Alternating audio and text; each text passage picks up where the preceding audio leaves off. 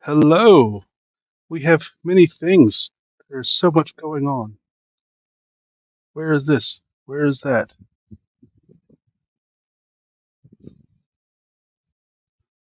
Hey, that's one thing. All right, we're getting closer to it. Don't worry, guys. We have our cast on the way in.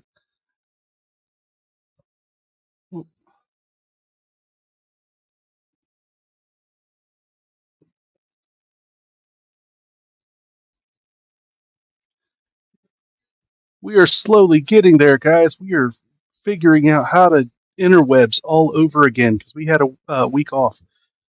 And since we're a bi-weekly game, means it's been a month. Oh gosh, it Where's has been a that? month, hasn't Where's it? that? That. And Yeah, I still forget to things. unmute in Zoom Things. calls, so All the it's the things. same thing. Okay. This will be the last thing I need to do. All right, we're just waiting on the rest of our cast to get here. Here's one more. Here. All right, so don't worry, we're not in a rush. We are still a little bit behind. We're waiting on cast members to arrive. So we're going to just hang out for a second, and we will.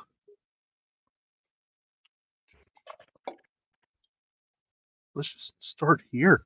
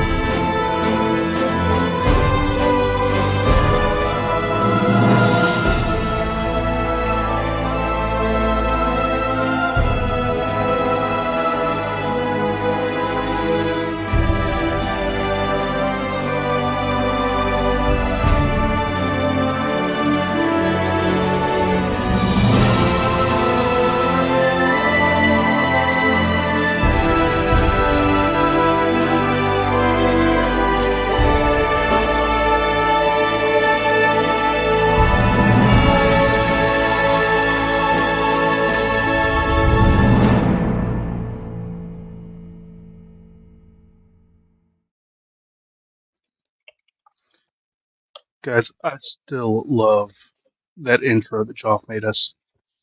It is amazing. It's real good. Very nice. So, like I was saying just a second ago, we are still down a player. They will be in. They're going to be a little bit late. That's okay. It will give all of us a little bit of time to figure out uh, what what's been going on because we missed a week, and with our play schedule every other week, it has been a month.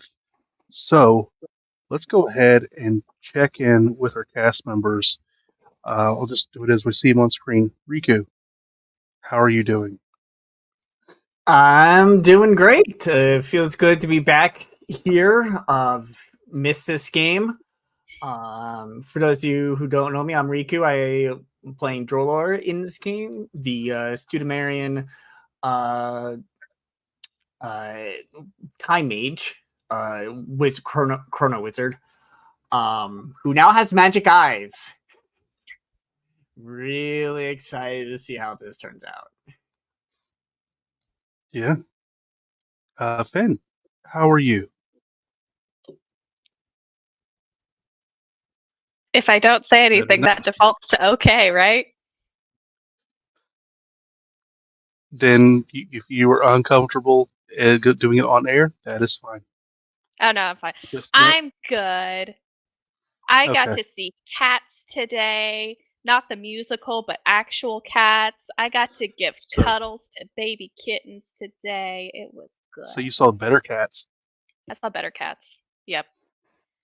For those of you who don't know me, hi, my name is Finn. My pronouns are they, them. I'm Connor's younger sibling. I DM another game on Vibe Tribe every other Sunday.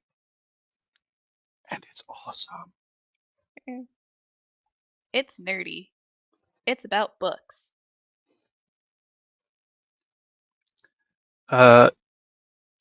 David. Hey, everybody, it's Damon. I'm sorry, I'm eating some food because I'm starving. It's been a long day. I'll put it like that. No regrets. No regrets. There we go. Greetings, everyone. It's Damon. In this game, I am playing Davin, your fighter. We'll say that for now.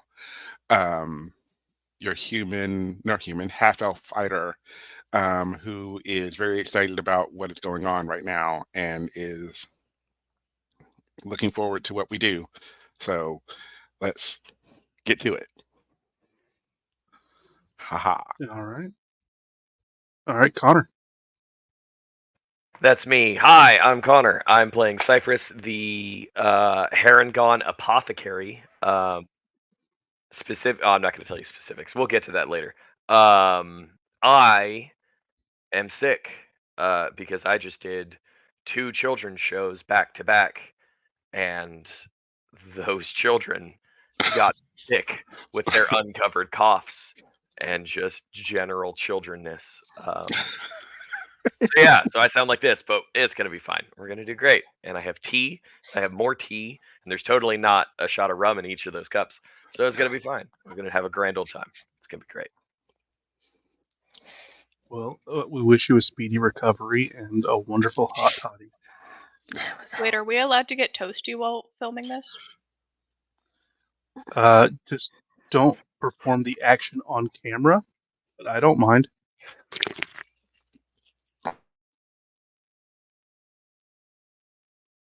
I mean, your character's life expectancy may go down if you start making a bunch of stupid decisions back to back. Don't worry, this isn't the game that I make stupid decisions in.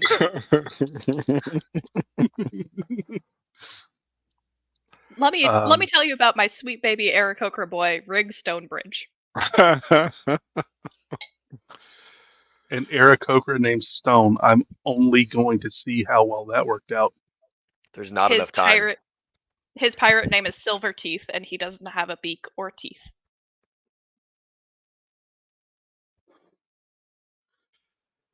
Yes, you have the faith That's we all terrifying. have. Otherwise, Nightmare Fuel aside, hi, I'm Dungeon Master Eric. I'm in the DM for this game. I am your half centaur, half mermaid, but I got the human half from both.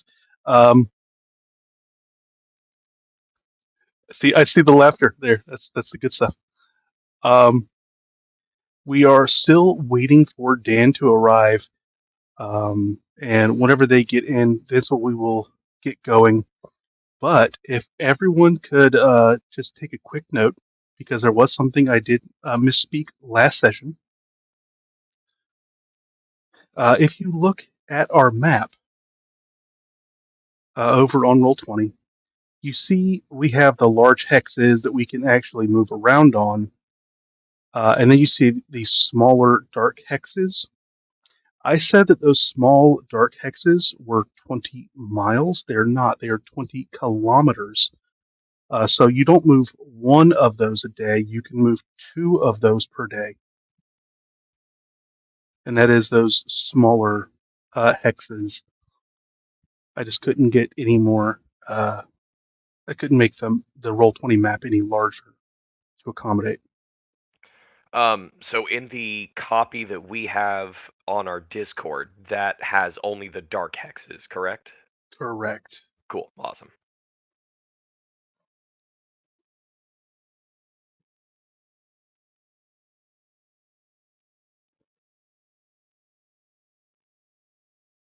So Ah, Mm. let's send the message over to Dan.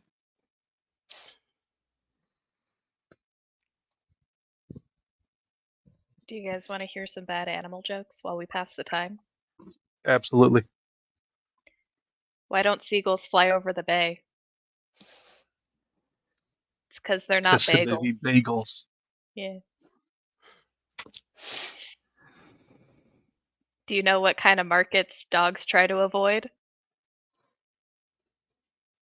Flea markets. Love it. This is one of the moments where I wish we were playing in Discord because we have the Discord soundboard for moments like this. Fair. That's very true. Having the issues. Let's see. Work over here. What did the father buffalo say to his son when his son left for college? Bye, son. Bye, son. That one I know. If a dolphin was going to bake a cake, what kind of flour would it use? All-purpose flour.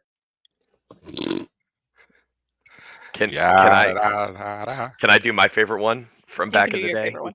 Yep. that you wrote? Mhm. Why do dolphins swim in salt water? Oh God, I Because forgot about this one.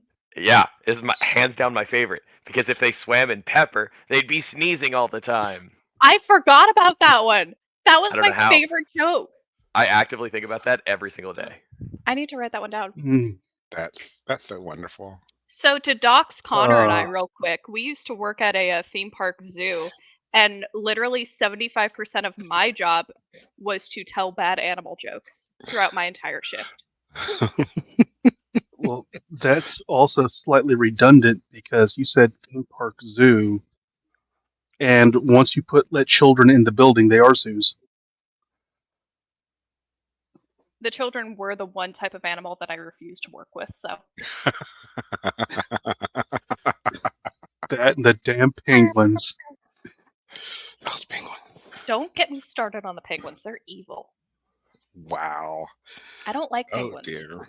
Oh dear. I still have scars from the penguins. Uh-oh. Yes.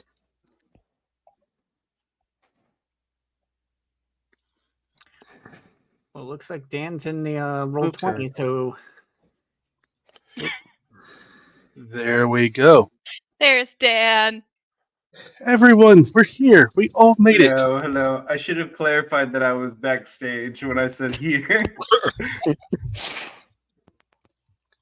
It happens. It happens to the Yeah. best. But The I heard thing- all the thing jokes. They were is- great. Yeah.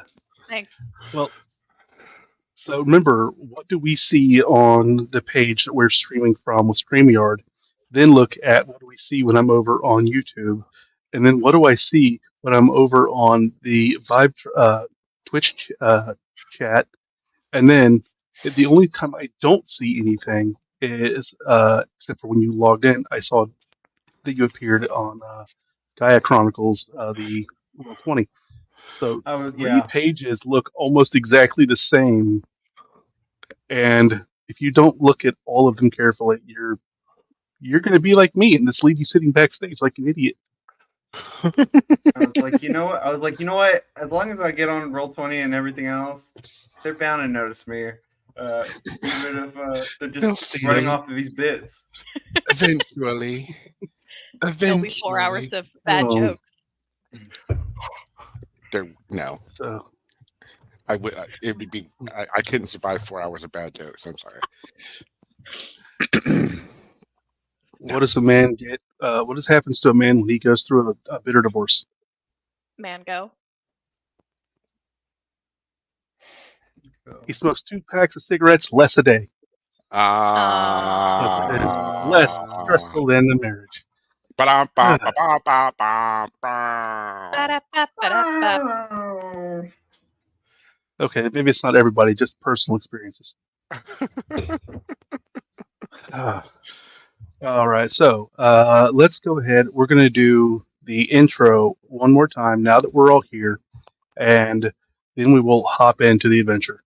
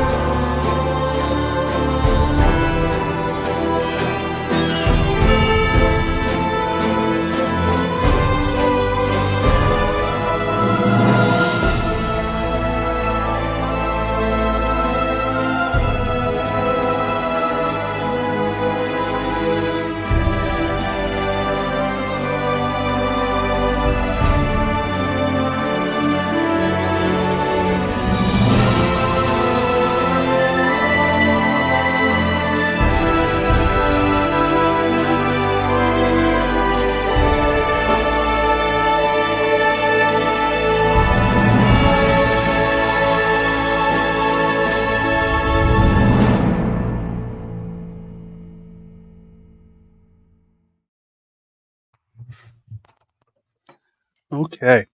So, you guys went to camp in the beautiful forests outside of the town of Godfrey. As you rested in this large, lightly enchanted campsite, uh, you had a couple of horses. You have a couple of axe beaks, um, and we have you all completing a long rest. What would you like to do?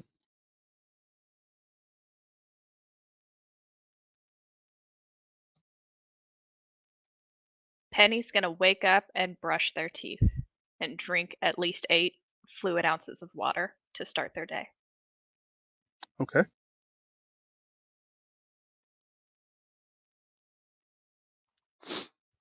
Norm is just going to come back to the camp once the sun's down. He's like, Smallman, come here. And you just hear, just him coming and running out of the tent. He's like, you didn't have to use them, did you? And he's like, boom, just gives back the little vial back to Norm. And he's like, oh, it's fine. Maybe one day. Puts it in his little belt. Just has him come back up on his shoulder. He's just sitting there. Gives him a little a berry that he found. He's just eating it. He does not need to eat, but he somehow just eats it anyway. Wears more of the berry than anything.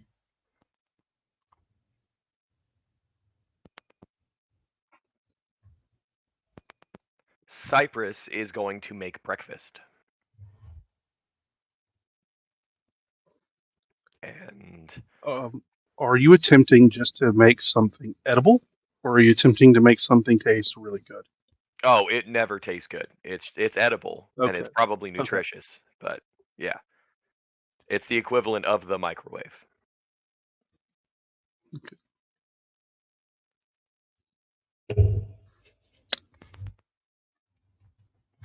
I'm not going to risk us taking poison damage from my bad cooking and my bad rolls because of my bad cooking. Okay.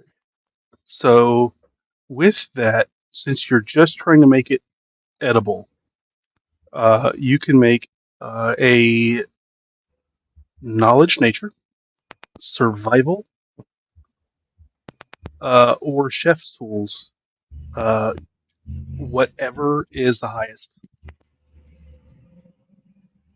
I will be doing it nature, please.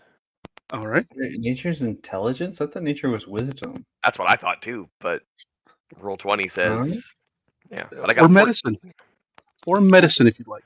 Ooh. Oh. Nope. Nature's still my highest with this character. 14. Okay. So yes, Get a you plus don't put 8. anything. You don't put anything poisonous into the food. That's good. You, as you sit here and you eat it, though, you do kind of wish you just had the rations. But you're not sick from it. I'll call that a win.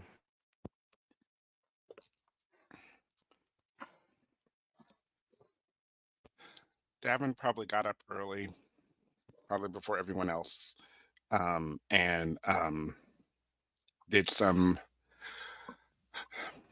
for lack of a better phrase, calisthenics. He kind of got around the park and then kind of just did like a perimeter kind of run and did some found a tree and did some just getting the blood circulating and moving and push-ups and chin-ups and what have you, just to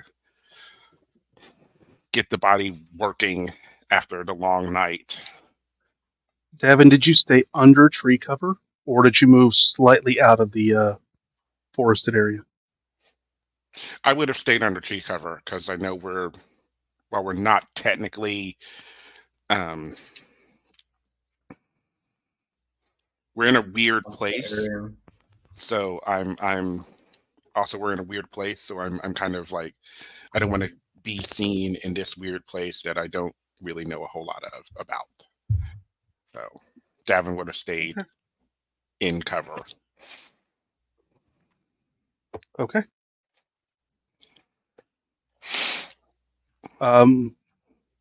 Does anybody have a passive perception lower than base 10?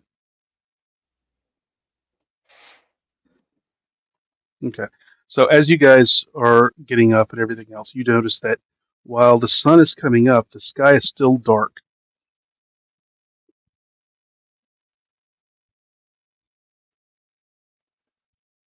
As you begin to look around, I'm not going to make you roll them, but you start to take in the fact that there's a very heavy amount of cloud cover, and it looks like it might rain today. Oh, well, yeah. One of the things I think Norm is going to be doing pretty much every morning. I mean, he would have been doing it in town too, is using his little druid craft to bring up a little, telling him what the day was going to bring in terms of weather. Okay. So as you do that this morning, it does tell you that it's going to rain. And it's going to start raining before lunch, and it will not stop until after dinner. Okay, I let everyone know that. And not in the most Alexa way possible. Norm, And what's so, the weather for today? Good morning, Penny. Anyway, it seems like it's going to have an overcast, which is going to maybe potentially end, not see any sign of ending until after dinner. So, Rain. So we should, I would say, dress accordingly, but prepare. We'll probably be a little slower today.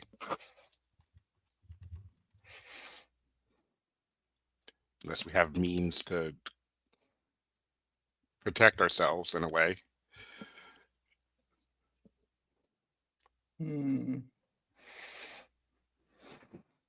No? Okay, cool. So, I'm just the referee. Penny's gonna take off their outer set of green robes so that they're just wearing their like casual tunic and pants and tuck the robes in their pack. So that at least they'll have something dry to wear later. Yeah. Bork, bork, bork. Puppies. Everywhere puppies.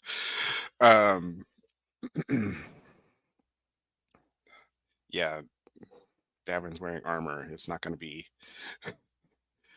He'll take his...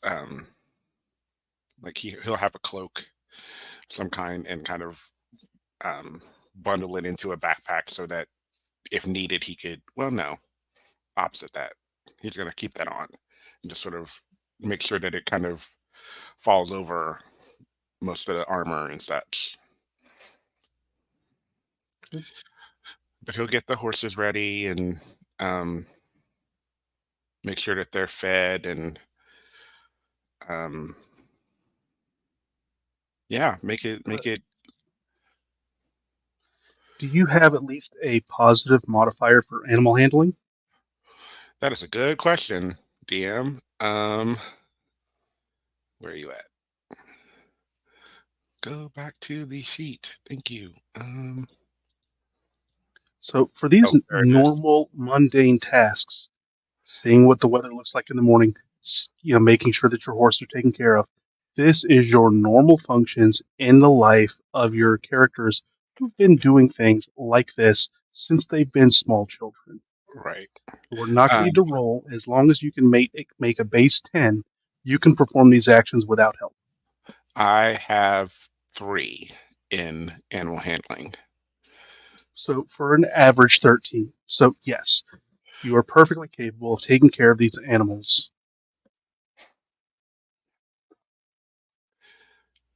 It's my job when I was doing when my dad and I were traveling. Like I took care of the animals. Yeah, so Okay. used to it.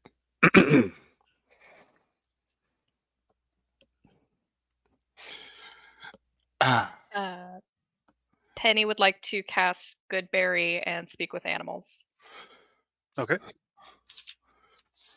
and go around and offer a Goodberry to each of our steeds. One good berry. They get one Goodberry each, and then I Yeah. will have leftovers.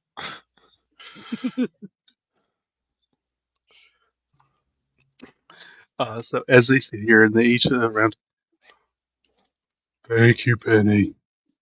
Thank you, Penny. Thanks, Penny. You're welcome. You're welcome.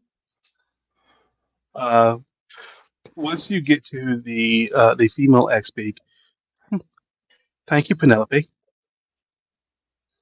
Is that Skeezy? No, he was the other younger male who tried to be tough. And do we have this in our notes of all of their names? Because I Scraft, do. Scraft, Hawo, and Skeezy. Um, And then the horses are Medon, and Abdagio? yeah. Yeah. Will cooking something with cook's tools give us any benefits?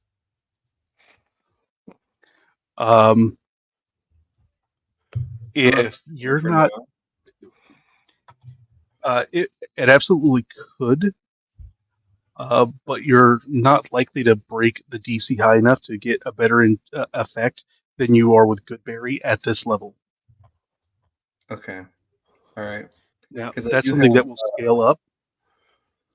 Artificer has the right tool for the job, and I can create cooking tools. Mhm. And If you can make a DC 30 check, then I would say that would be like a hero's feast. Mm, But it would Oh, take okay. you twice as long. yeah, we're Good good. to know. Good to know. But otherwise, you're sitting here. If you have, level 1, you're or level 3, you're really not looking at a DC or effective DC much better than 15 or so on average. Right. And with that, you're still in the range of, oh, well, everybody's fully fed. They really enjoyed it. We won't have to worry about this really till tomorrow again, which is a good berry. Mm-hmm. Okay. I just wanted to But ask. yes, if you I'm like, keep that up, yeah, that'll be a hero's feast every. once I know that there's a higher chance than 0 of right now, then I will start making cooking tools just to have them off. But I will probably be collecting a bunch of different tools and stuff. I have thieves, tinkers, and smiths tools right now. Okay.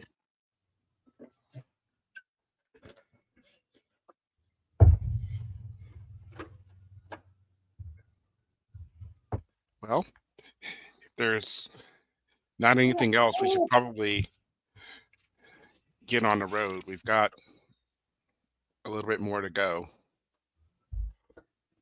A bit more to go, if I'm not mistaken.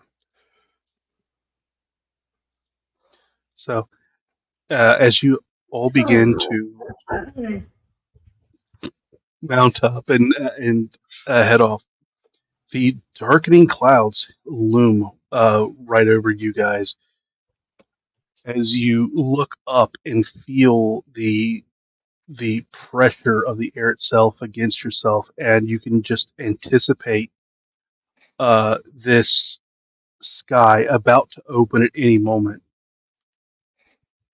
You march on,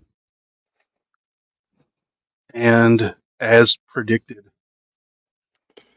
it's only a few hours into the road as this sky just gives birth to a torrential amount of rain. Mm.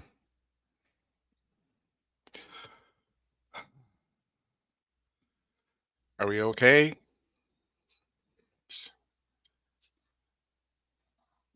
So we keep going. Mm. How Yes, do you keep our going. mighty steeds feel about walking in the rain like this?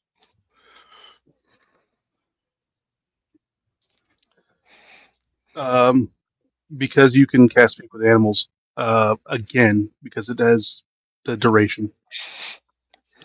If you cast it again, they'll tell you that um, it's not the rain that's the problem. It's the mud, and it's getting thick very quickly.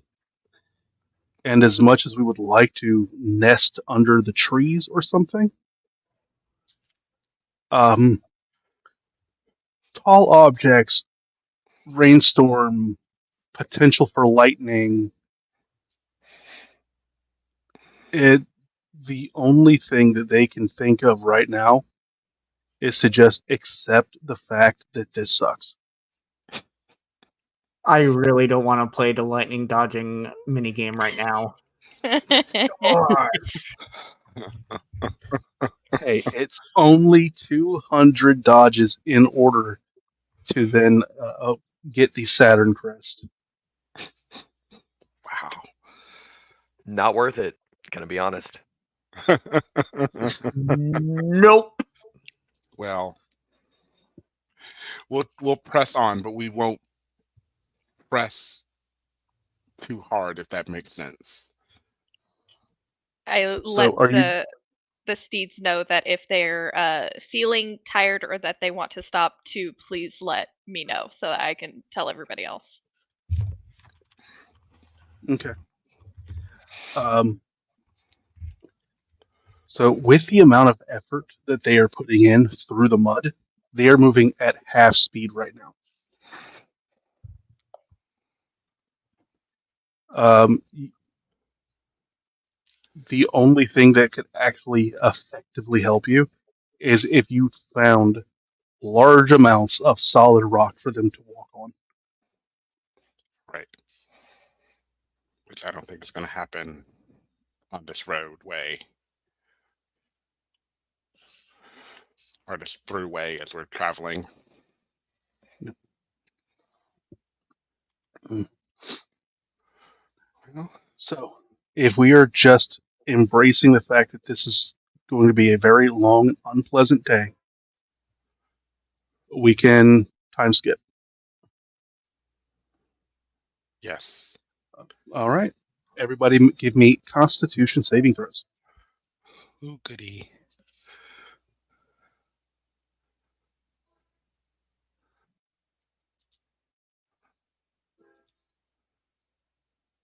$14.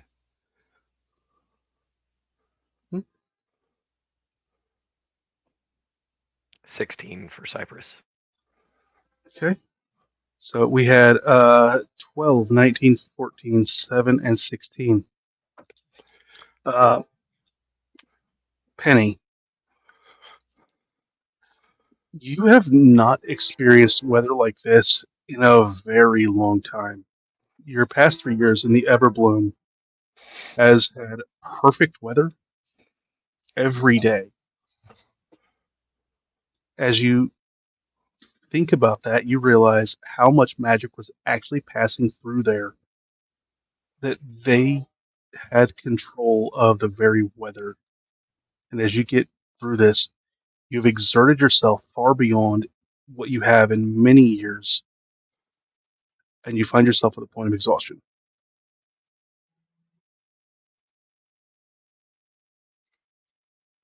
Ugh.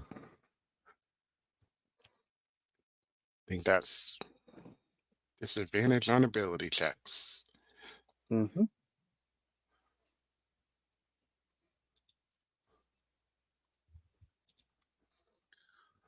Womp womp.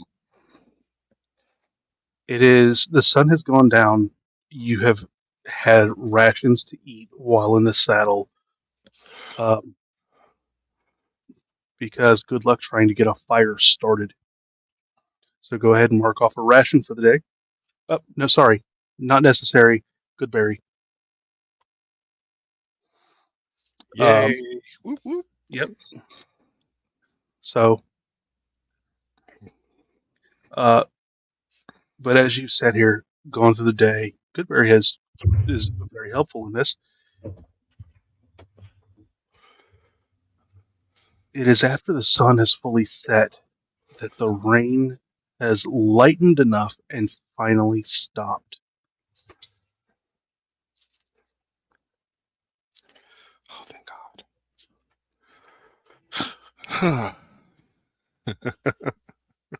Drolor is like As- wringing out his cloak, Yeah. just trying to get as much water out of it as he can. Cypress shakes like a rabbit, I guess, and then casts shape water and tries to pull Oh. the moisture as much out as possible and just kind of on the ground. It will take you 2 castings to get it all off of you, We are soaked.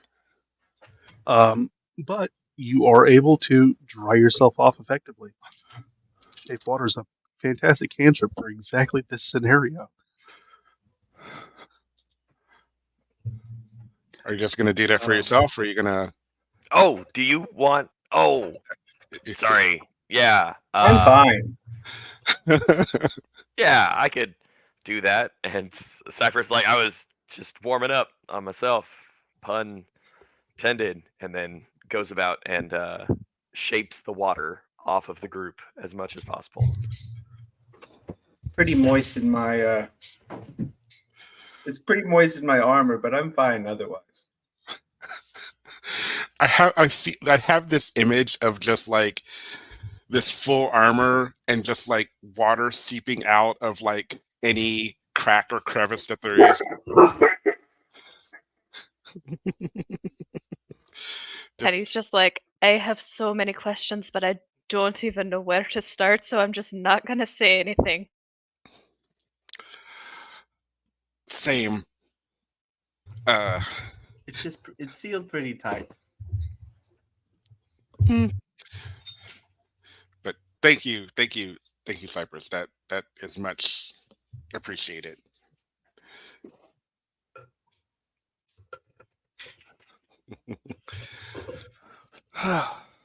That'll help. That helps a lot because we won't be sitting in our wet clothing all night.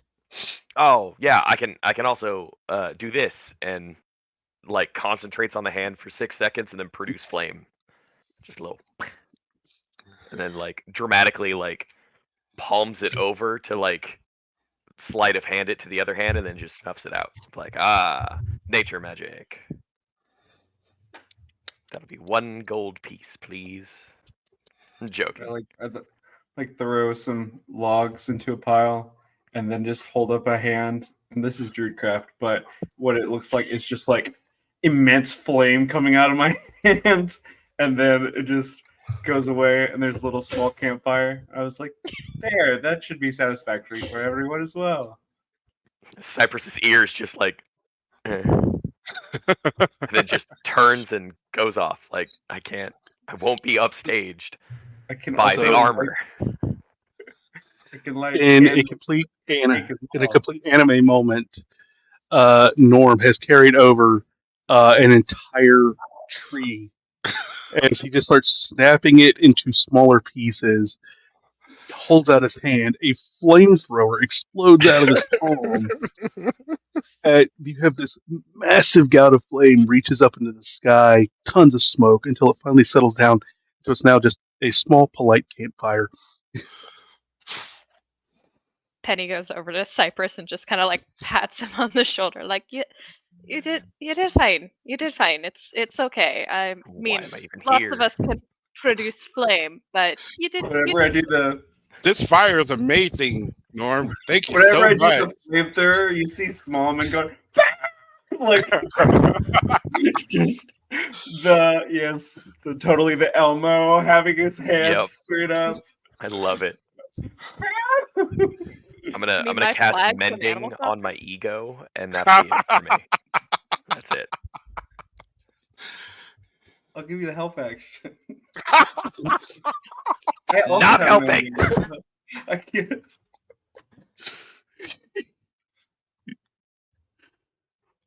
Oh, damn. I love that. I love it. Oh, so much. No, I don't. No. Stop. I'm just helping. Like Oh, literally being in high school whenever I said, "Hey, I just want to help. Stop patronizing me. I don't know what that means, but I want to help you out."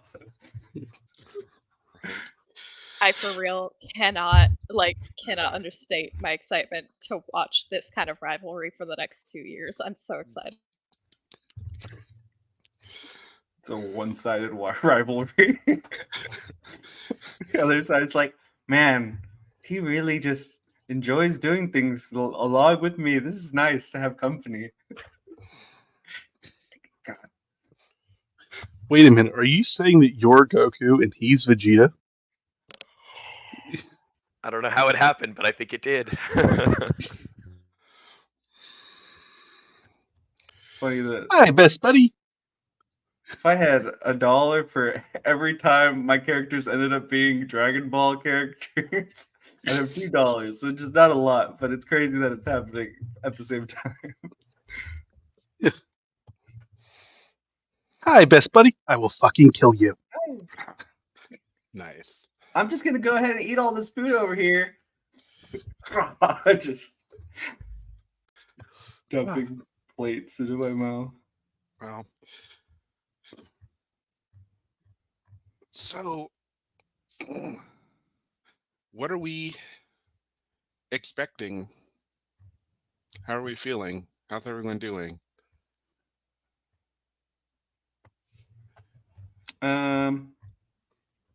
We should have a few more days ride until we get there. Yeah. But aside from that, feeling fine. Just staying prepared. And then one thing I want to do is essentially, I was looking it up. I have not read anywhere that whenever I shoot my firearm, does it make any noise? Especially considering it's like light that comes out of me. So is it not a black powder weapon? No. Then if it makes sound, it's because you want it to. Okay. Yeah. I'm just gonna be one thing that I like to do on like while we're just hanging out at camp is Smallman just throws rocks as far as he can. He just shot puts, and I just practice and shoot just to prepare my shooting, my accuracy. But yeah, I guess we could do survival to make sure everything's hunky dory around us. Well, that's not for this. That this is for something else. It's Oh, Are we keeping secrets? secret. Oh.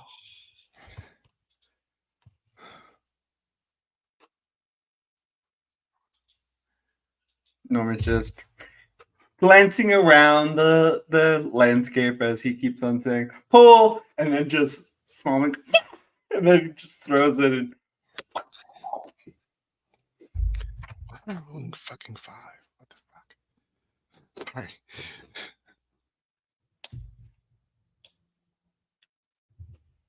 I think he doesn't want it to make any noise right now, so it's just very silent. Penny. Well, Did you you want to were make your survival blowing check? it. No, because I wasn't Penny? listening. I didn't know why we were making Oh. survival checks. We don't know yet. Oh. Okay. Oh, So automatically, Drollor, you kind of realize it, but you don't It's not something you need to speak on. Norm, you absolutely realize it, and nobody's sure if they could shut you up anyway. But Penny, you realize, for certain, that you barely got 20 kilometers today, nowhere near your 40 kilometers. And you guys do not have a one of those fancy campsites. This is actual hoofing it tonight.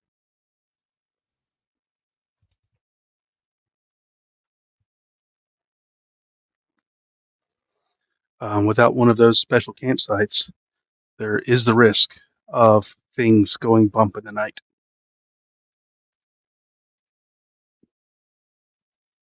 So we should sleep with our armor on and our weapons ready, is what I'm thinking. Mage armor.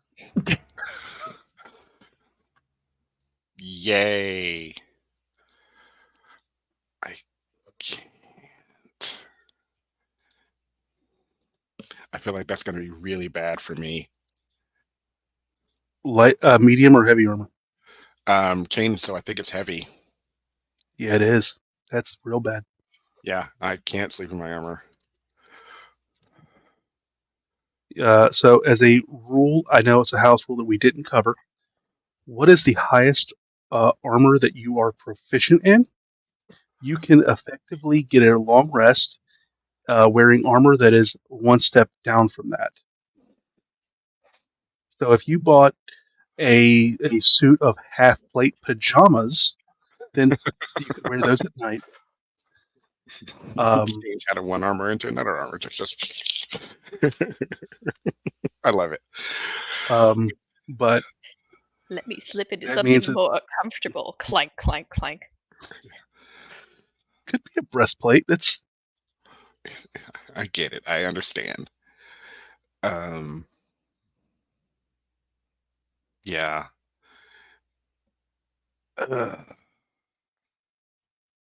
I'm good. I'm just gonna.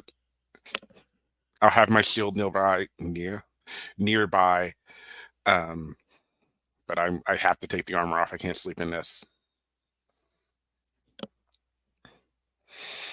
Which means if Well, wrong, do you want to take the later watch? I would prefer to take the later watch, please. Yeah. I'll take the firstest watch.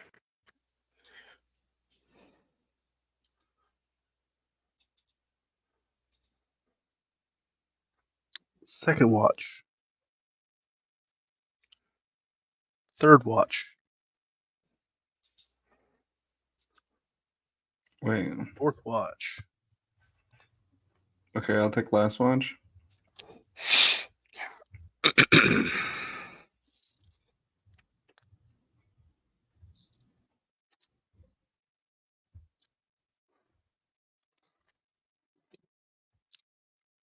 So for watches, we have Cypress, Penny, Drolor, Devon, and Norm.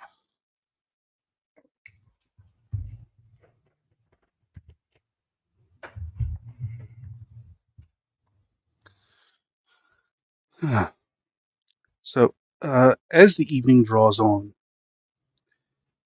uh, music by the campfire, funny stories, telling what did you go through, what did you experience during the 3 years. I mean, you're finally dry after all day. Are you just complaining about the weather today?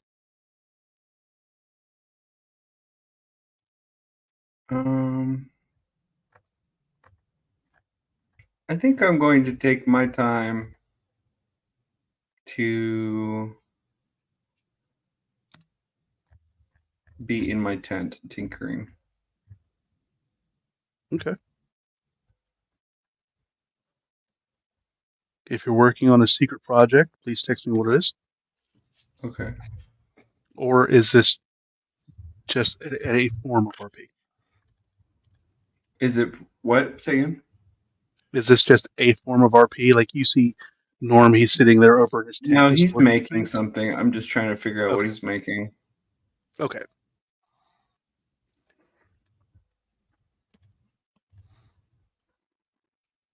Penny's gonna try and teach Smooches how to play fetch more effectively.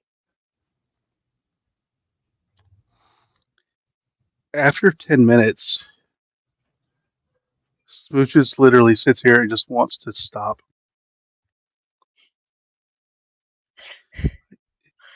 I keep bringing it to you, and I give it to you, and you just throw it again. Smooches, my love, that's how you play the game. You throw, I throw, and then you fetch, and then you bring back, and then I throw again. It's the concept, my child.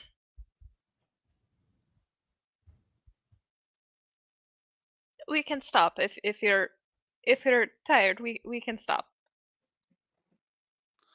The thing is if you look at the stats I sent you, Smooches has an intelligence of 10, wisdom of 12, and charisma of 13. They're not an animal. Smooches is as intelligent as any person. Maybe not every person, but on average, any person. And this is he would like something more active for his mind as a game. Listen, Penny is a first-time mother and doesn't know what they're doing. They're trying their best.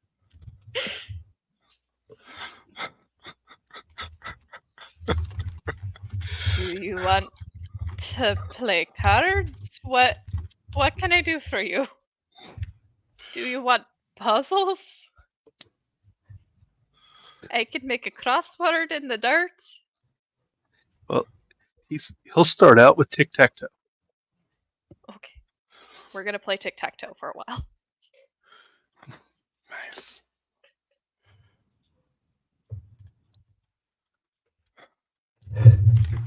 Smooches is still young and will make mistakes, but he has the ability to completely learn from them and to grow and advance. So,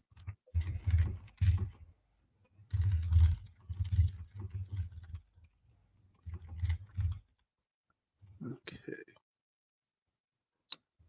All right, mosquitoes are getting nice and thick now.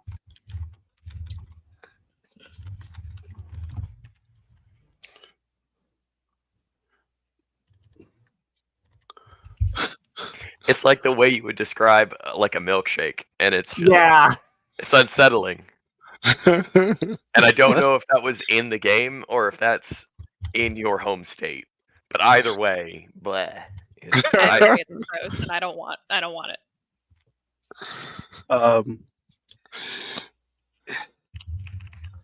I waved my arm and hit 3 mosquitoes. Oh. Oh, no. Not yet. Yeah. It makes my skin. I don't like that.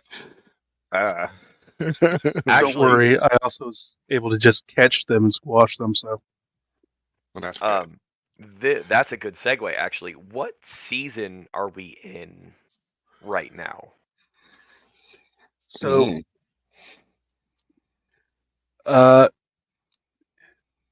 Penny, do you keep track of that?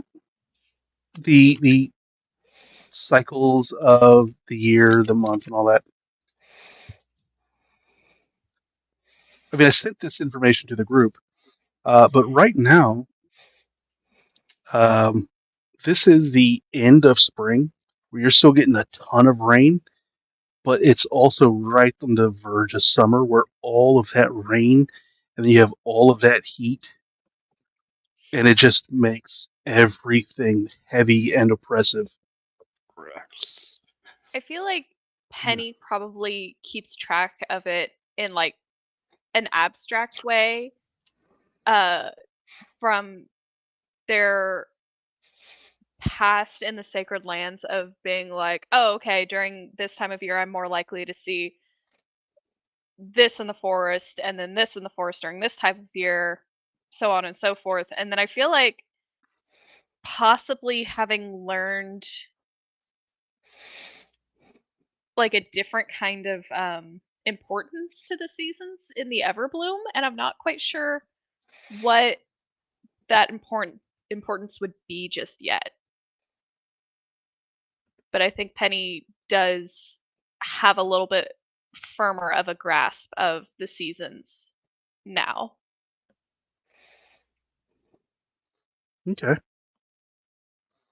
But the current month, you are in the Tormentor,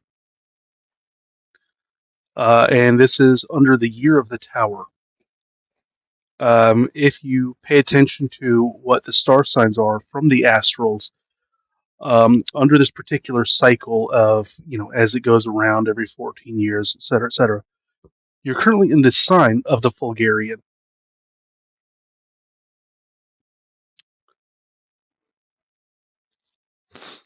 So is this type of weather normal for this like stage of the cycle?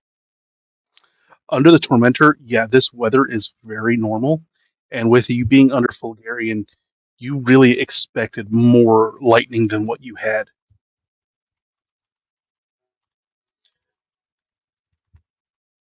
There's always this kind of, oh, well, the Fulgarian, it's always something it's a very charged situation. And you see a lot of electrical activity. Um, but everybody's going to interpret and see what they want to see sometimes. Maybe it's true, or maybe you're just aware of it happening because of somebody told you that we're under the sign. Don't know. For lack of another thing, then Cypress is going to, in kind of like the back pages of his notebook, start detailing out these observations. And that's like him settling in to take that first watch. It's machete out and like resting within hand's reach, writing in the notebook, and then every time a line is finished, scan the surroundings, do a line, and then scan the surroundings like that.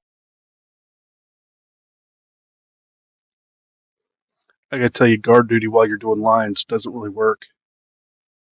Yeah, I heard it as I said it. I thought it was too late, and boy. so what you gonna do? So it's Oh fine. boy. We've got Woo, no shit. determinate rating on this podcast at this time, so who's to say? We'll just cut all of it. It's fine. Woo. And then Cypress starts to write his screenplay, and it's gonna be something. Let me tell you. Yeah, the screenplay is gonna be great. It's about a kid from the Bronx who moves to LA.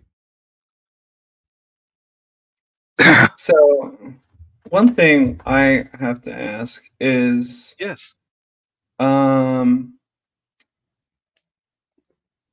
so like string. If I say I had like a lot of string, would that count as tiny? Like in a tiny object? If I had some string. So a tiny object would be something that would fit in the palm of your hand, but not Right. extend the dimensions of your hand. Oh, okay. It won't extend. Okay. So, like you could hold a sword in your hand, but the dimensions extend Right. beyond the hand. But a tiny object will fit in your palm and stay there. Okay. Because I'm trying to think of one thing I want to do is essentially make like tripwire around our camp. Okay. Because I have magical tinkering. Mhm. Where a creature touches it, I can make it do certain things. And so yeah. that was my thought Okay. process. Yeah, if you have a bundle of cotton string or jute cord or whatever, yeah. So I would have had common clothes, but I don't need common clothes. So I would have just figured that instead of common clothes, I would have just asked for a bunch of this string. They're like, this costs less. You want to make your own shirt and pants? It's like, yeah, I'll figure it out. And just kept it. Yeah, so go ahead. You can just go ahead and look up the cost of um, how much a set of common clothes would cost, and you I have have something that here. much string in your That much inventory. Okay. So yeah. So I was gonna just because I can infuse 4 things with this certain that are magical tinkering. But I was like, I don't want to just put 4 rocks just like in random spots that just light up. So I just want to do the string instead and just find a way to make it where it all connects, and whenever like a creature touches it, uh, it makes a whispery effect that says, "I see you."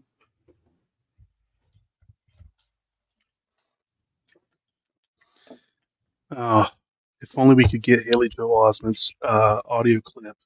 Somebody breaks into your camp, they cross the string, it's, I see dead people. And they look like you. Yeah.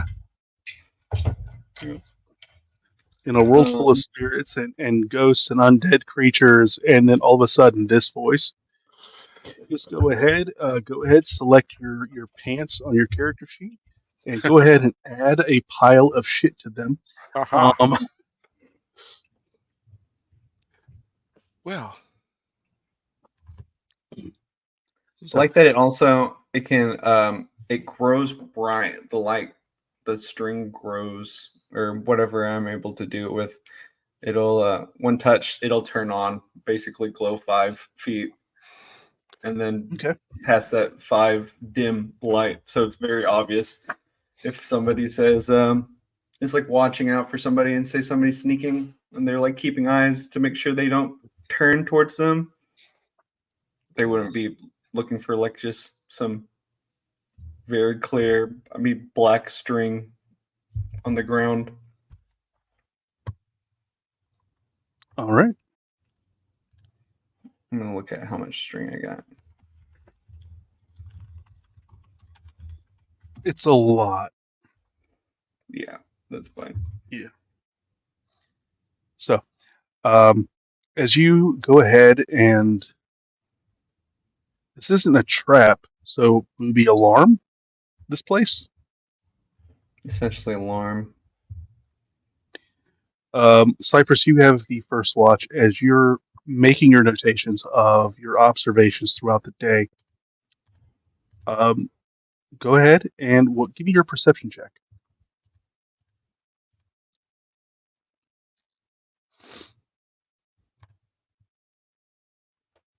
That is a 22 for those of you following along at home.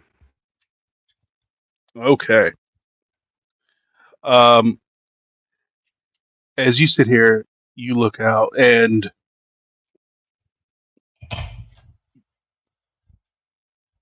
it looks like everybody who may have been on the road today had a shit day. Looks like everybody just kind of got stuck wherever they were. And nobody's really around. On the other side of that, the creatures that just live here, owls, raccoons, possums, the natural creatures of the natural world, including those of magical origin that live in this world, they're all out and about.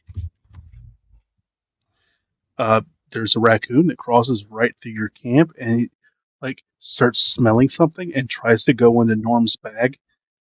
And Smallwin just sits here and just like holds up this vial at it and just like, "Whoop," and the raccoon just like slowly backs up,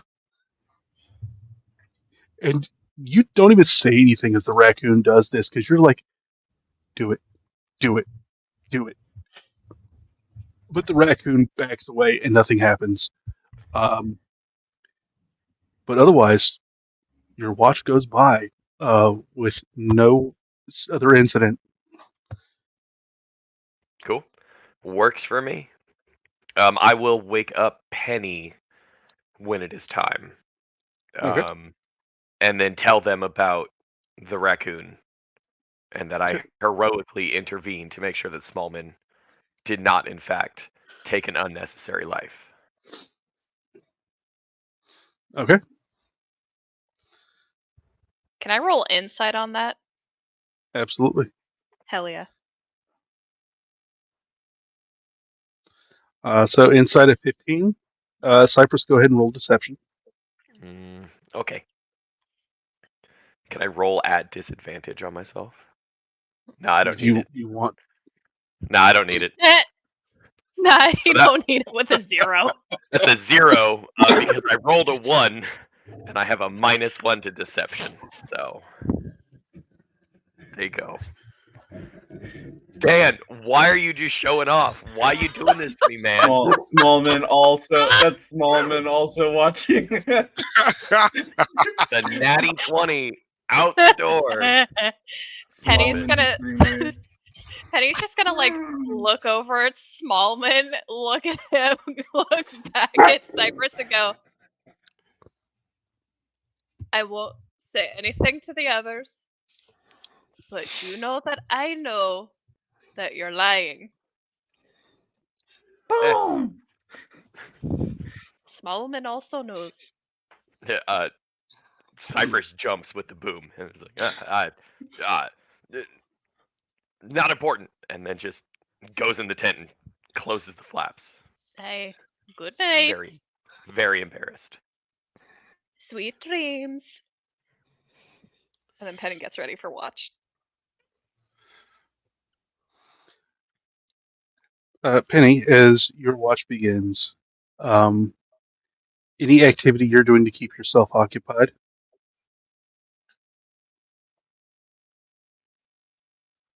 I think Penny is just holding their inherited dragon's horn in their hand and just idly tracing over it and the runes that are carved into its face. Okay. As you're up, though, let's go ahead and we'll check on Smooches as Baby. as they're watching the camp as well. Okay. Do I? So, as they look around, everything seems to be okay.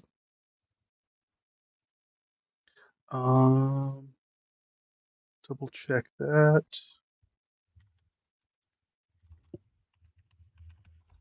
And do you speak Draconic? That is the only language that Smooches speaks. Draconic? Yeah. I do. I was smart. So, so, uh,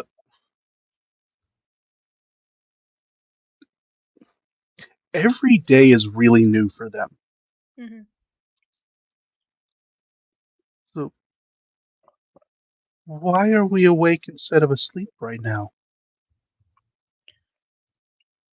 Because we need to keep watch over everyone so that they can sleep and we can keep everyone safe. Just like how Uncle Cypress did that for us, and how Drolor will do that for us when we're done keeping watch.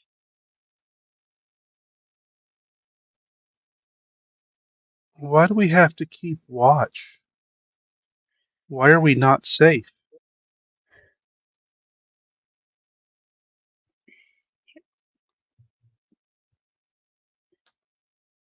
Ugh, you're asking the tough questions already.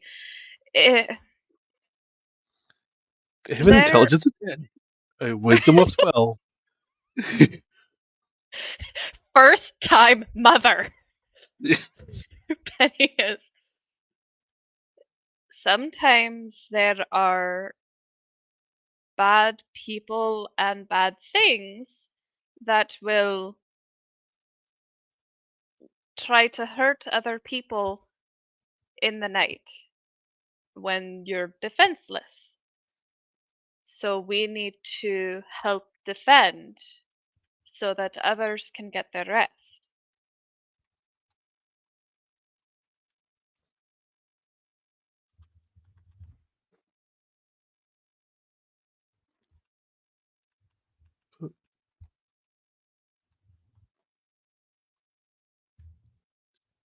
Do the people know they're bad?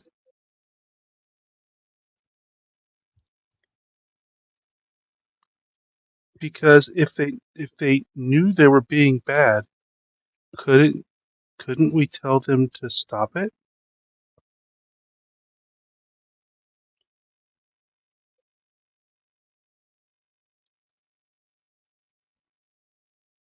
I feel like I need to take psychic damage for that one. Penny goes, fuck, what does Penny say? Penny says,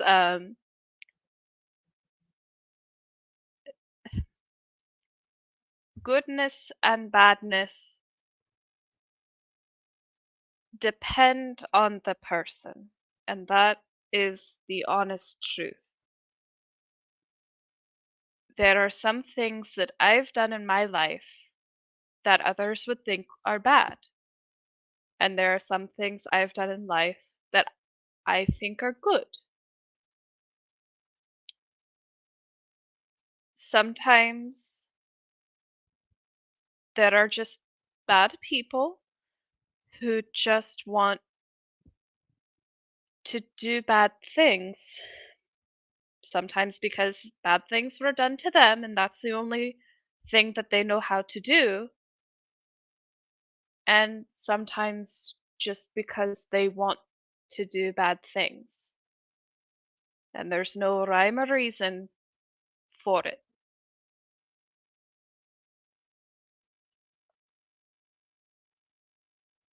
And so sometimes people do bad things. They may think that they're good, but we don't know why they're doing it. And if they try and do bad things to us, we fight them. It doesn't always have to end in a fight.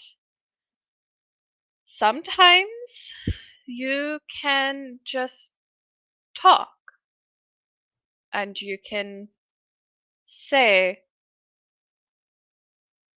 that you think that they're doing something bad. And sometimes they'll listen, and sometimes they don't. And sometimes they pull a knife at you, and then that's when you have to knife them back.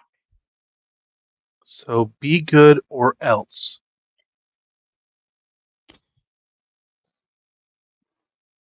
I want to say yes, but there shouldn't have to be an or else. You should just want to be good. I want to be good. And you But you are said good. that sometimes there are bad people. Aye, that's true. So if we meet bad people and we try to talk and they won't be good, then we stab them.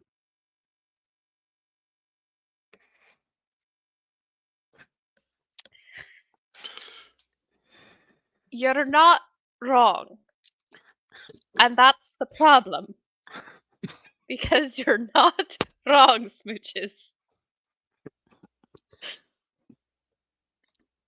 Sometimes you don't have to stab, though. Sometimes if you No, meet a you bad said we person, try and talk first. I know what I said. I know what I said, but I'm saying I other said things now. what I said.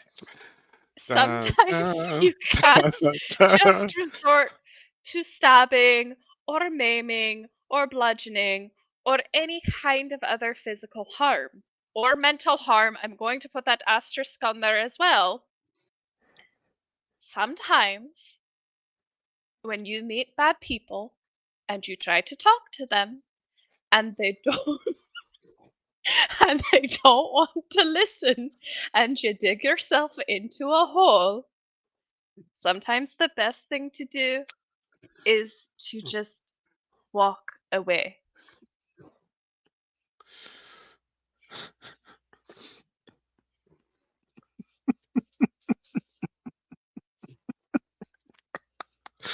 So, so there's good, and then there's like mostly good. Mhm. Then there's like kinda good, Mhm. and then there's you're okay. Then Mhm. there's a little bad. Mhm. Then there's like like more bad. Then you get Mhm. like really bad. Yeah. So I like if they're only kinda bad, we just try and talk to them, and maybe not. But if they're like really bad, then we stab them. if they're like really, really bad. Okay, Smooches, remember the story I told you about how I met Uncles Drolor and Uncle Davin and Uncle Norm and Uncle Cypress and I met them in Idris 3 years ago? Yeah, And the there bad people came and they I they had the Eidolons. Yeah, sure. that's it. Yeah. You're very smart, Smooches. Yes, I those remember. you do, and I'm very proud of you for remembering when I cannot. Those people were bad. Those people were so bad that they were not worthy of us talking to. They were worthy of getting stabbed. And then Then remember, then why did you all run away? Why didn't you because stab them? I didn't have a knife on me. And I knew I would not win that fight because I have what we call in the biz one hit point when that was happening. So we stab them if we can win, but if we can't beat them, we let them do what they want and run away. No, no, no, no, that's not, no. It It Baby. sounds like being a grown up is confusing. it is so confusing, Smooches. You're so correct in that. How about this? How about, for the time being, if you ever have a question about whether we are stabbing or talking or running, you just ask me and I will let you know. And then, by a case by case basis, I will explain why we were doing those decisions. And then, when you become a grown up like me, hypothetically, you'll be able to make your own intelligent enough decisions about what to do in specific situations. Okay, so before we do any stabbing, I'll just wait and see and watch you and everybody else and see Yes. what we're doing. When Specifically, I would ask you just pay attention to me in those scenarios, unless I got stabbed and I am no longer alive, in which case you follow Smallman's orders first, and then go to Cyprus, and then Drolor, and then Davin, and then Norm.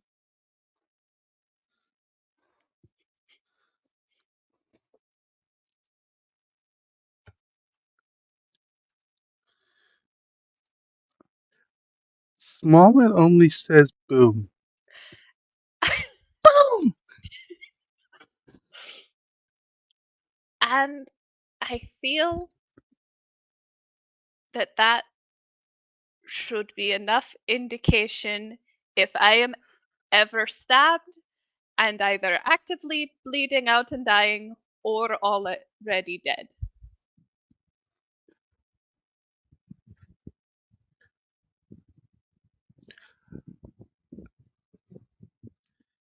You You see may him like starting to like pace, kind of like not knowing what to do. It's like starting to like breathe heavy, like starting to like having a panic attack at the idea of you getting hurt.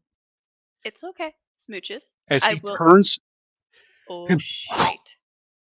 as he does his breath weapon for the first time, as it hits a tree, that hits the string, and the string all starts to glow immediately. And you see the tree that's hit just get impacted, and you see it concaved on one side. Okay.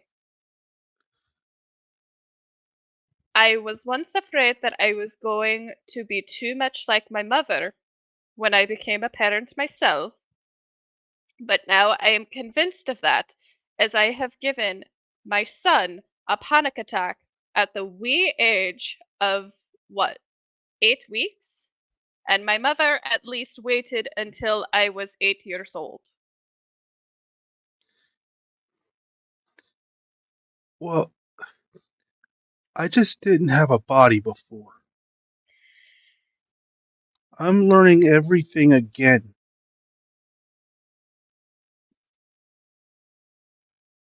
That is a terrifying concept to me for some reason. And you know what? Smooches, come here. And Penny's going to open up their arms and invite Smooches in for a hug and a cuddle.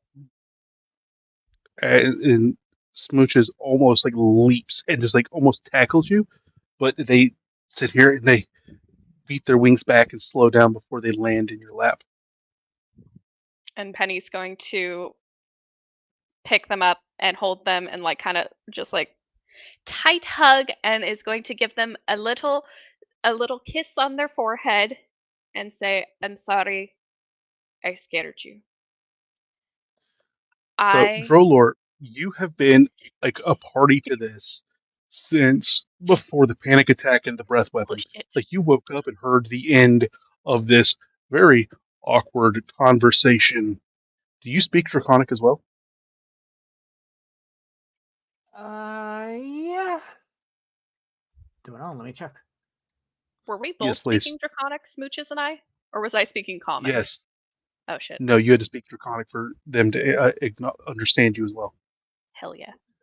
Where is for some reason it's not on this character sheet, so no, I do not. Okay. So you're not sure what they were saying, but then you saw Smooches start getting upset, breathing heavy, and then turned their head and um cave in a tree. And then everything around the camp lit up because the string was also hit. It's like, uh, did I come at a bad time? It depends. Do you speak Draconic? No. Then you came at the right time. I'm sorry if I woke you. It's okay. I could kind of feel it was my turn to. It was time for me to take over anyway, so I kind of just woke up.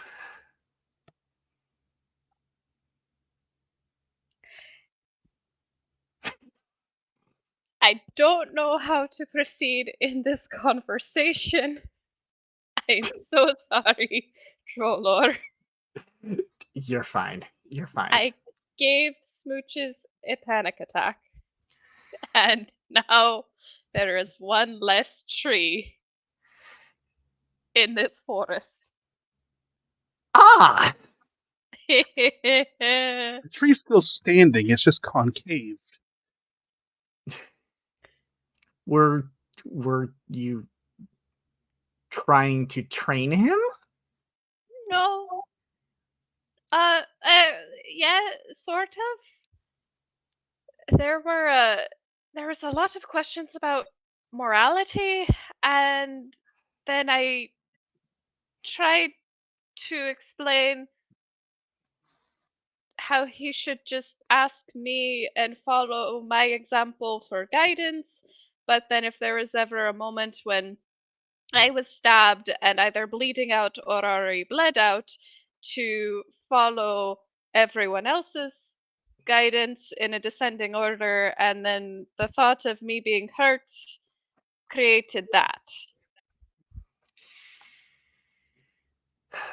Which means you have a wonderful child that cares about you. Which means I have a child. You have a child. I have a child. Yes. And a wonderful child they are. He is a delight, and I love him. And I will do better to make sure he does not do that to any of you. I appreciate that. And if you need any help, even though I don't know Draconic, I could do what I can to help. I And I'm appreciate that. gonna look down at Smooches and kind of hold out my finger to kind of just hopefully give him a little pet. Let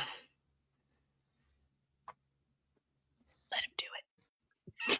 And he just smooches is like, it's okay. Uncle Drolor's fine.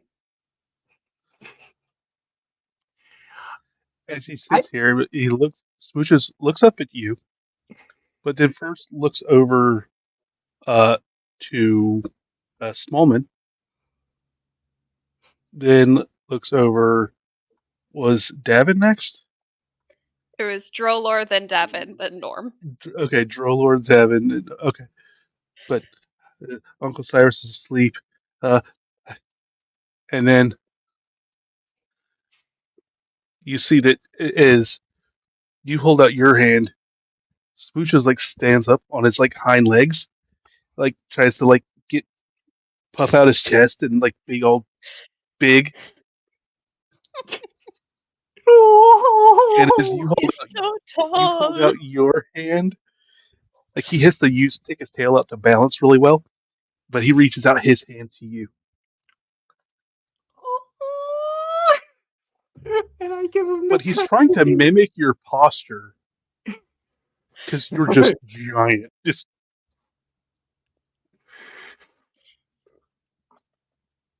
That is adorable. He's gonna be a strong little one, I feel like. I hope so. Mm-hmm. as like a moth starts flying by and lands on his nose. As he turns his head and sneezes, Don't and then sneeze again, fire. Please don't sneeze fire. no, he hits the tree again. At this point, after the second hit, and this was a small sneeze, not like a full blown panic attack, like yell. But as this sneeze hits, you see like the if he did that again, that tree would be going over. Maybe y'all should retire for the evening, and I think I'll probably go over that way for my shift. Just if a strong gust of wind happens. I think that would be a great plan. And I'm sorry once again. And thank you. And if you're ever interested in learning Draconic, I'd be happy to teach you. And I'm sure we could help each other figure out the spirits more thoroughly. Yeah, I didn't get to tell you what happened last night, did I? No. What happened last night? Have you noticed?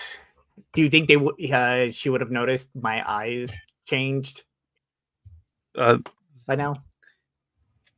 they would have only noticed your eyes almost at this point as they're looking and having a direct conversation with you. Mm-hmm. Because as you guys are in formation, riding forward through the weather, they wouldn't have noticed you all day. Mm. And in your morning activities, so you're cooking, you're taking care of the animals. You guys are all active in some capacity. Now, as you sit here and have a face to face, yes, now they could start to notice things like that. I Drodo, what happened to your eyes? So last night during my shift, I heard the spirits. They were telling me to find those fake crystals and fake bodies and smash them and free them. They'd only speak in 2 words each. They would say smash them, free them, destroy the bodies, destroy those crystals.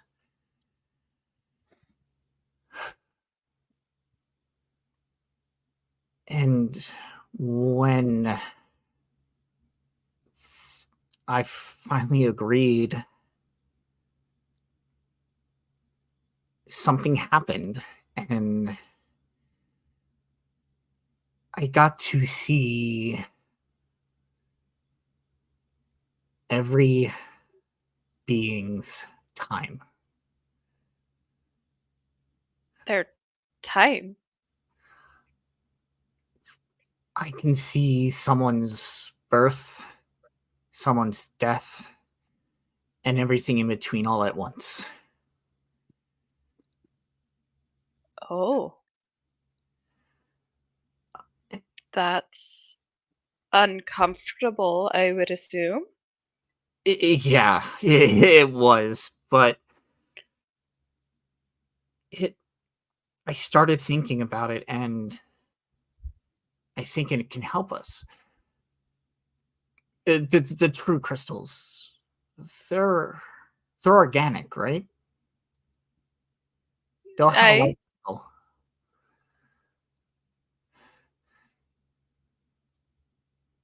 I think suppose. I think like don't get me wrong, I can't see that of you right now looking at you. I apparently I can do it at will, but I can use it to suss out fakes,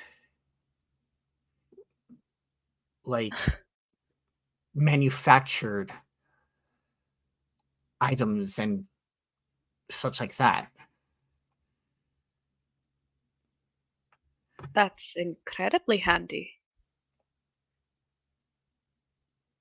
But what happens to the spirits once you break their crystals? They said that they want us to free them. They didn't say anything more than just that, so I don't know if anything wrong, where they'll go, what will happen. But apparently by destroying the bodies, we can free the spirits.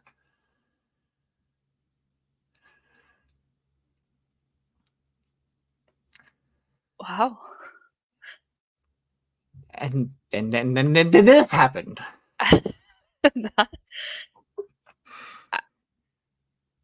Drolor, I have to admit I'm jealous. They spoke to you and they gave you a gift. I guess.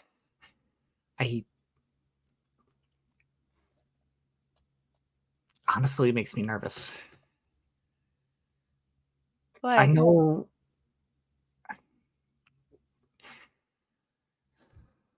the power of magic is vast and unbelievable. Well, with what we can do, what we can try.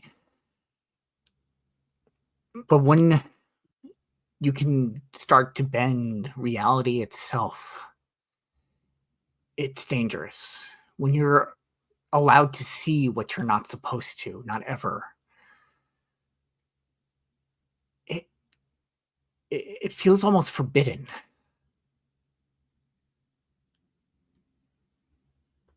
Do you think you could change events that have happened already?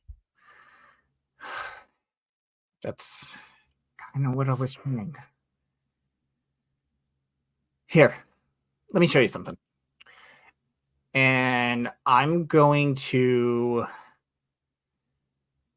pick up a rock and aim for a very specific spot on the tree to hit. Like if it has like a kind of a hole in the tree, I'm gonna try to get it into the hole. Okay. So I'm assuming that's dexterity. You're performing catapult or just throwing a rock? I'm just throwing. Okay. You can make make that a dexterity check. All right. I want to cast guidance. No. No? Oh, Trust me on this. okay. I kind of see that you're about to. I'm like, trust me. I want to show you something.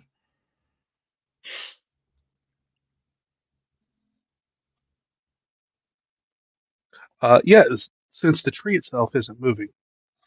The only problem is that the angle of the hole, because it's just above where this knot is on the tree.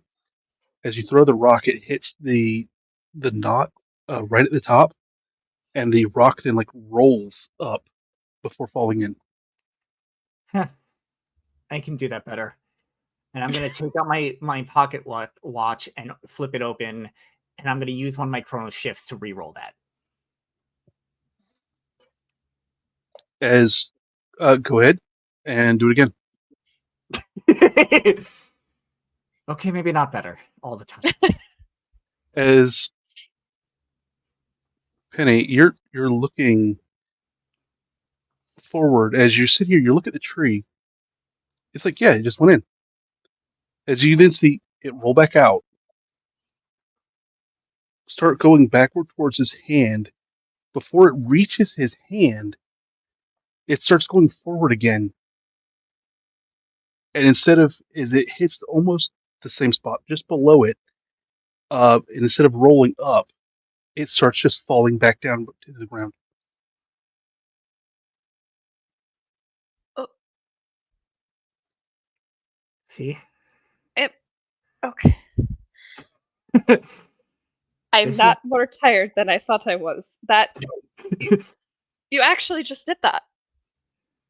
That's what the training I was doing for the past 3 years up in the Skylands. So you can effectively rewind time 1 second. I can magically exert a limited control over the flow of time around a creature. As a reaction, after you or a creature you can see within 30 feet of you makes an attack roll, ability check, or saving throw, you can force the creature to reroll. And I can do it after I see if it passes or fails. That's incredible. Yeah.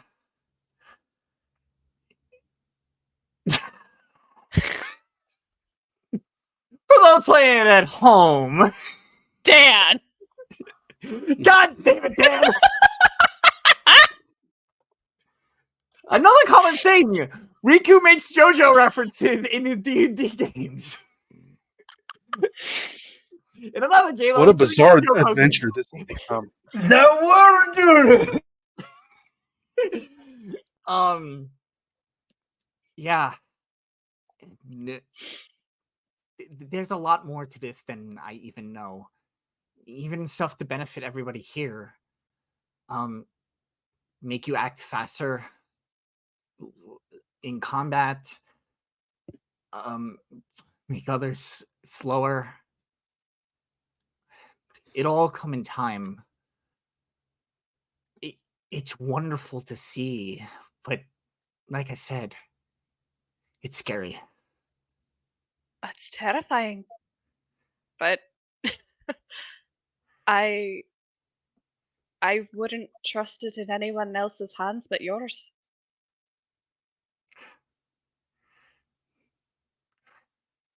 I appreciate that, Penny, even for the short time that we've known each other.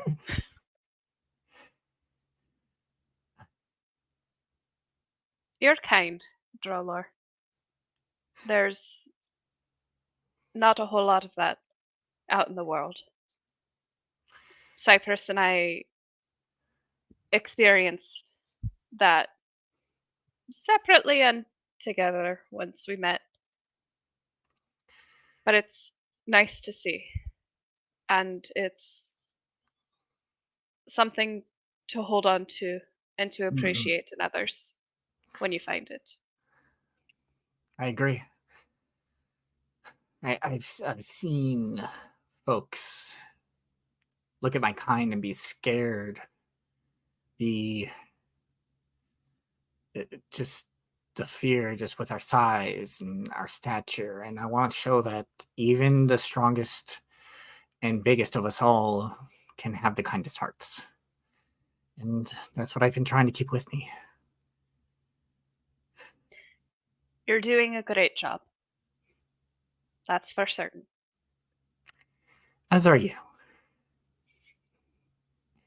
Now, you could use some sleep. Thank you. Have a good watch. And once again, I'm sorry that No apologies necessary. we'll see. Good night, Trolor. Good night, Penny. Penny goes into their tent and goes to sleep. And Drolor's going to take his spot, take a seat down, and is like last time in like that kind of half meditative, contemplative, while keeping his eyes out for any sort of trouble.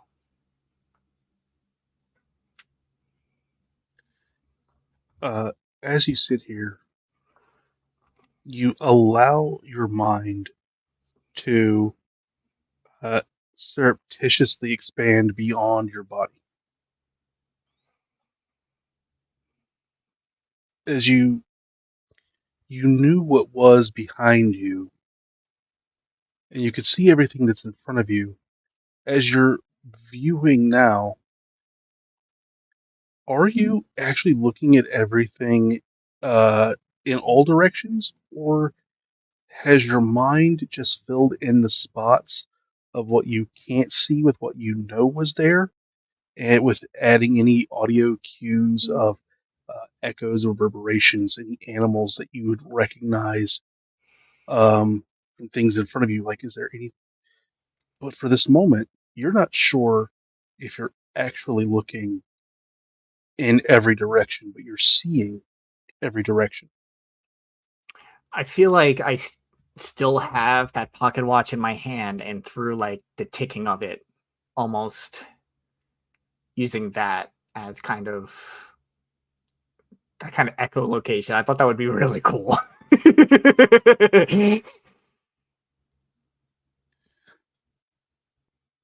So you have this this pocket watch, but it's the ticking is also perfectly in time as a metronome.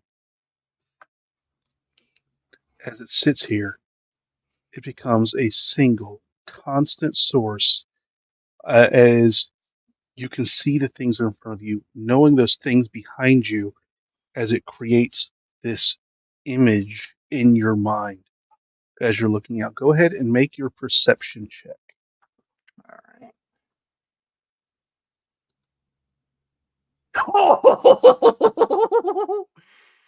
Nat 20, baby. So, as you sit here, you see the owl sitting up, perched above you, behind you on your right. You know it's there, even though it makes no noise, save the small scratches of its talons on the bark.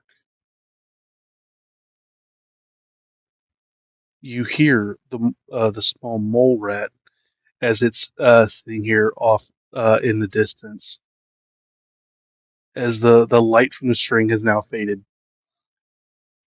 and you actually hear the owl as it spreads its wings and glides through as it grabs that mole rat. Talk about circle of life. As in this moment, you can very consistently make a visual picture uh, of the things that are actually beyond your peripheral vision. The farther away it is, uh, the hazier the image gets.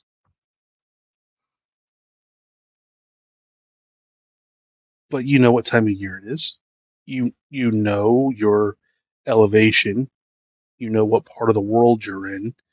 You know you can kind of put together the size of the owl with all these factors. Well, that's a barn owl. Certainly not a snowy owl this time of year, not at this elevation. By knowing all these little tiny pieces of a larger puzzle, your mind fills in the blanks.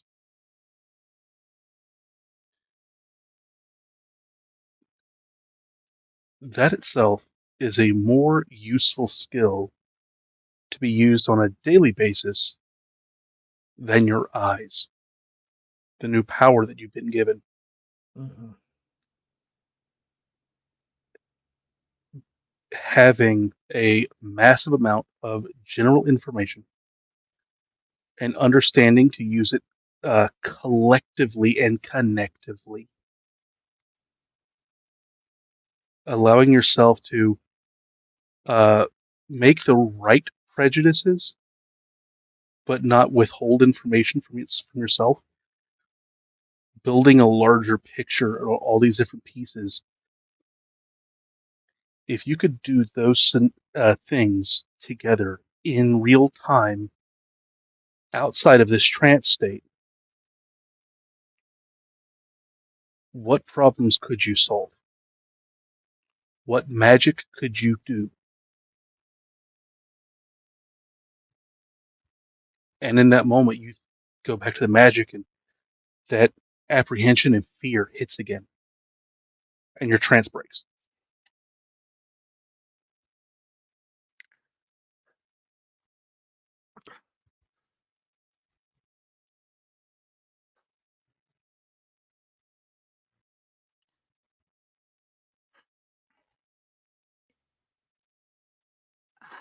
And it's very nearly Davin's turn Mm-hmm. for his watch.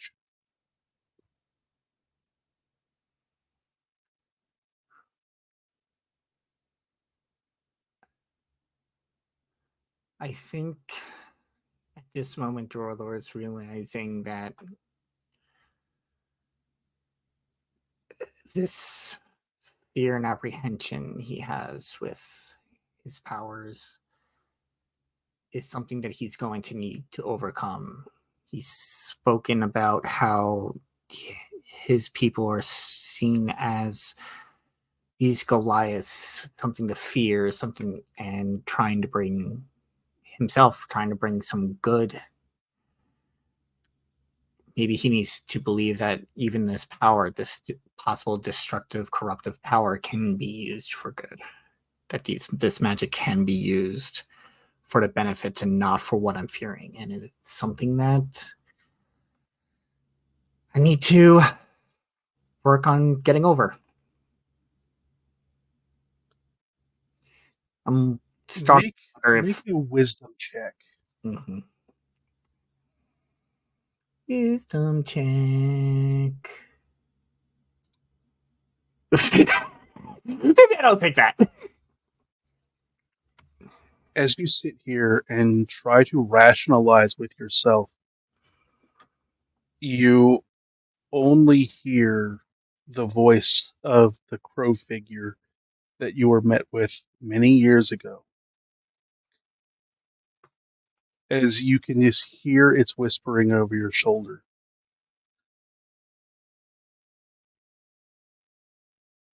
There's no need to fear. There's only the task at hand. Set aside your compulsions and compunctions and lift the stone.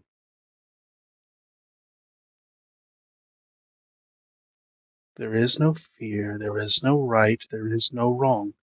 There is your will and the stone. Pick it up. And you hear what should be a normal lesson, as they were there often with you. But in that place, that amoral presence inside of that spirit, you hesitate.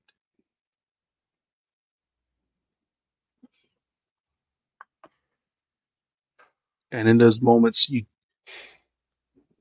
the idea that you've seen bad things and you don't want to be bad, and people are afraid of you just because of your size, just because you're tall, and you don't want to be perceived that way. And all of those doubts just create this inner whirlwind of ideas. And so your will is corrupted by your own self-consciousness.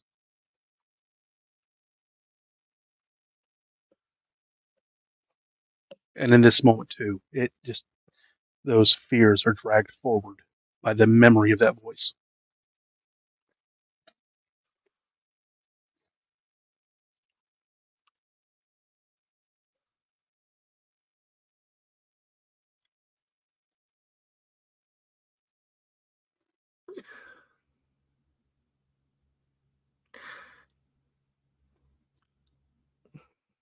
Sitting there, Drolor is probably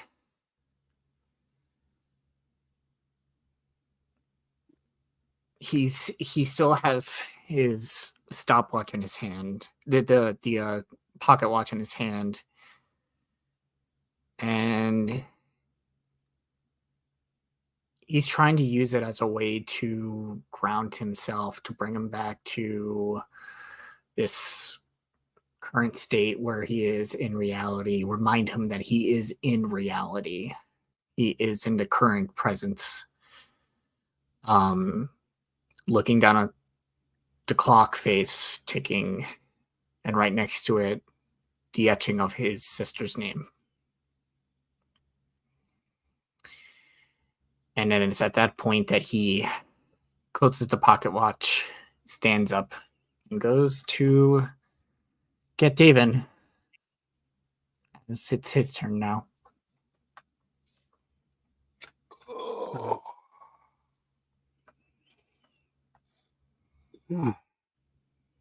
Davin lets out a long, very needed stretch inside. Just like, oh, good. Gonna roll just a random d20. Want to see how You were startled awake earlier when a tree cracked. Oh, that's right. But at that moment when that happened, nobody else really acted about anything. Mm-hmm. And so, since nobody else was acting or reacting, there was no shouts. You kind of let it go. Maybe a tree fell over in the middle of the night. There was a light on that they checked to see what it was. But since nobody in your party really responded to this sound, you allowed it to pass from you and just rolled over and go back to sleep. Good. I like letting dice decide things, so I'm going to roll a d20 to see just how well his sleep went. Let's see. 10 to 20 is good. Less than 10 is bad. We'll put it like that. Okay. Nope, that's not it. I always forget how it goes. There's the actual dice roller on the side of the screen. Oh, I see it. Ha ha ha ha. Yep. It's been a minute. Ooh, okay. Cool. Nice. That's what I needed, story time.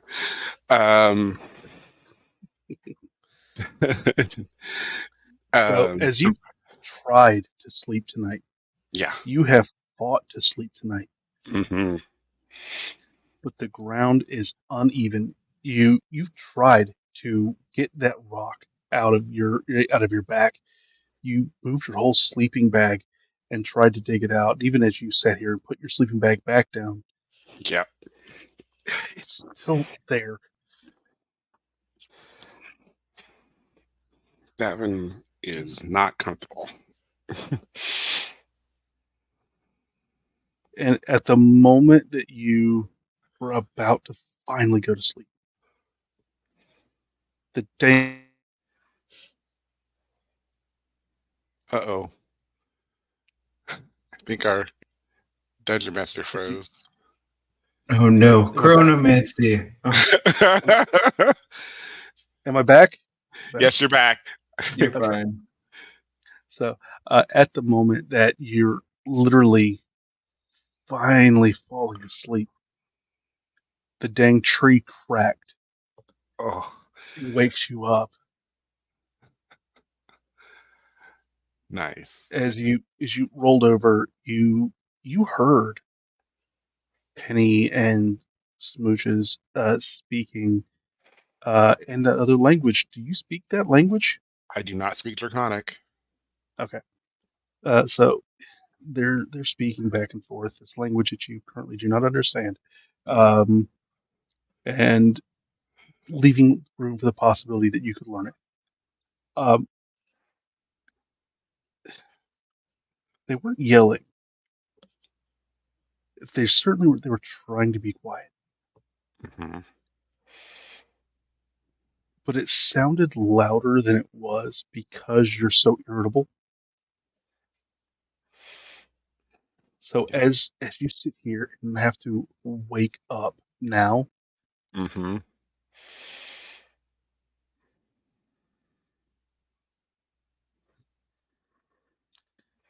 please give me a Constitution saving throw and a Charisma saving throw. Okay.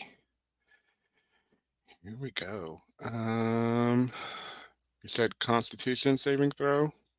Yes. Oh, there you are. Constitution saving throw. It's So an you have 8. gained a level of exhaustion. Lovely. And you said charisma saving throw? Yes. Ugh, gross. That's natural 20 apparently. Yeah. Or So 21. you you know that this is nobody's fault. You're upset. You know that. You know why you're upset.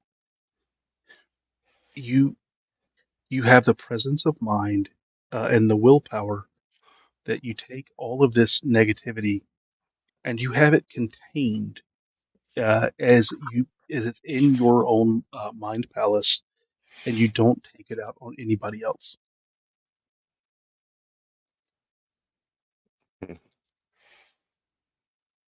Mm-hmm. So you will not be at disadvantage on charisma checks, even though you have the level of exhaustion. Okay.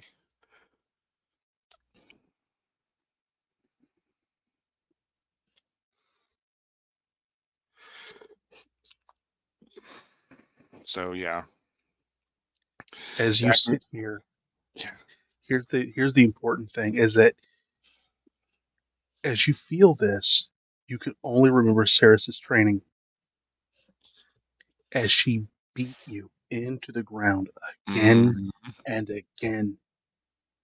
And as you would try to uh, verbally retaliate or even just blindly attack her, she just got colder still and then beat you harder yep.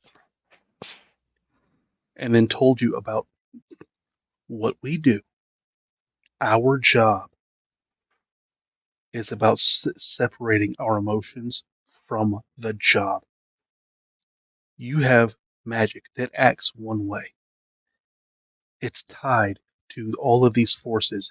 We bind those forces, change them, and force them to do what we want.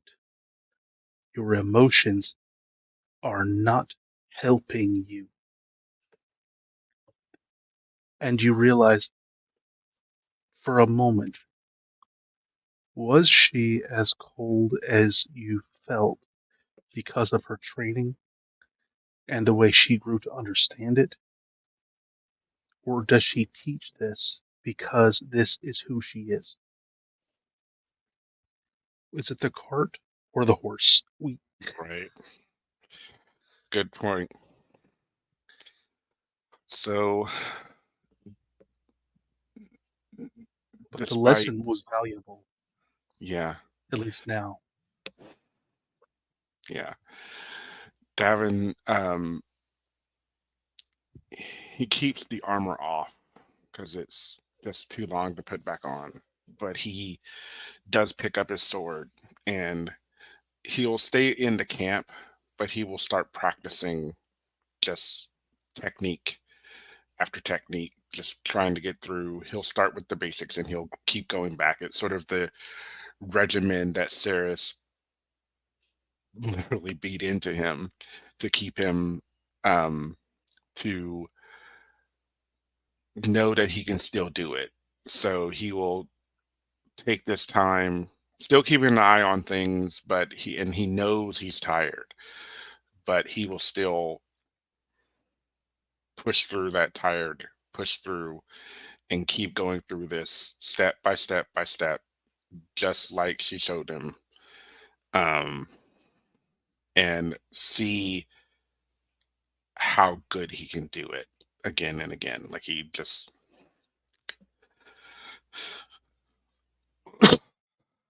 Give me a spell attack roll. mm, that's a good thing to do. Let's see if that's a thing on here. Can you just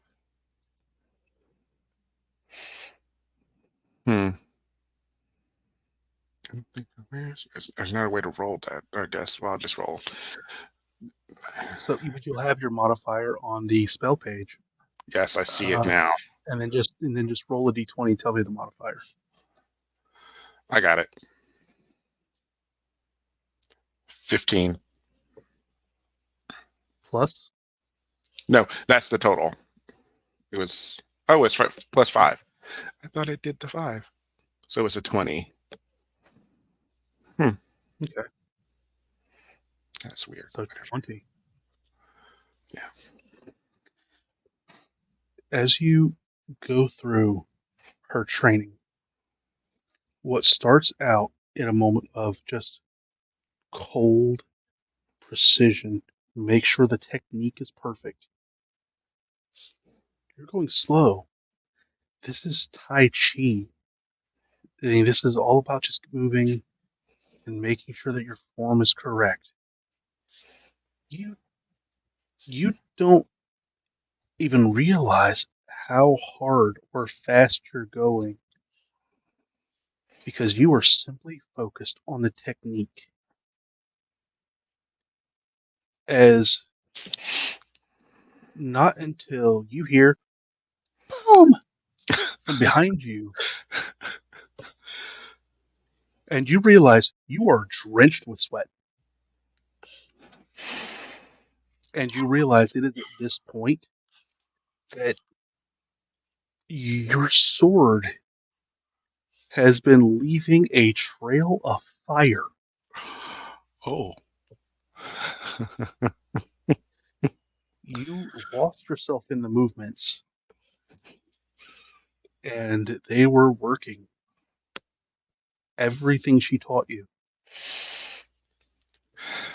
Davin kind of turns and looks and sees what has happened, and he's panting and sort of out of breath, and he realizes what he's done, and he's proud and happy for a moment.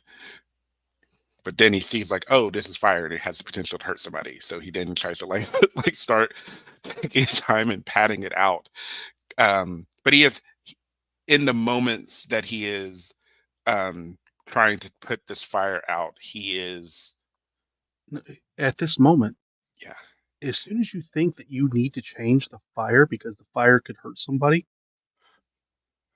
you were so deep into her training, and because you made that charisma save, as soon as you think that the fire could hurt your friends, the fire is extinguished and ice covers the blade. Okay. That's new.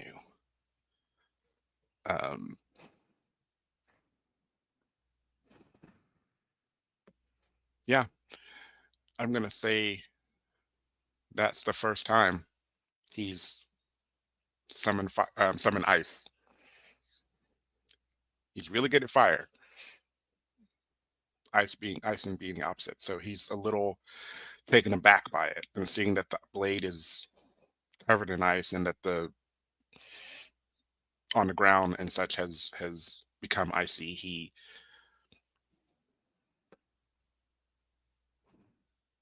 pauses, just in a bit of shock.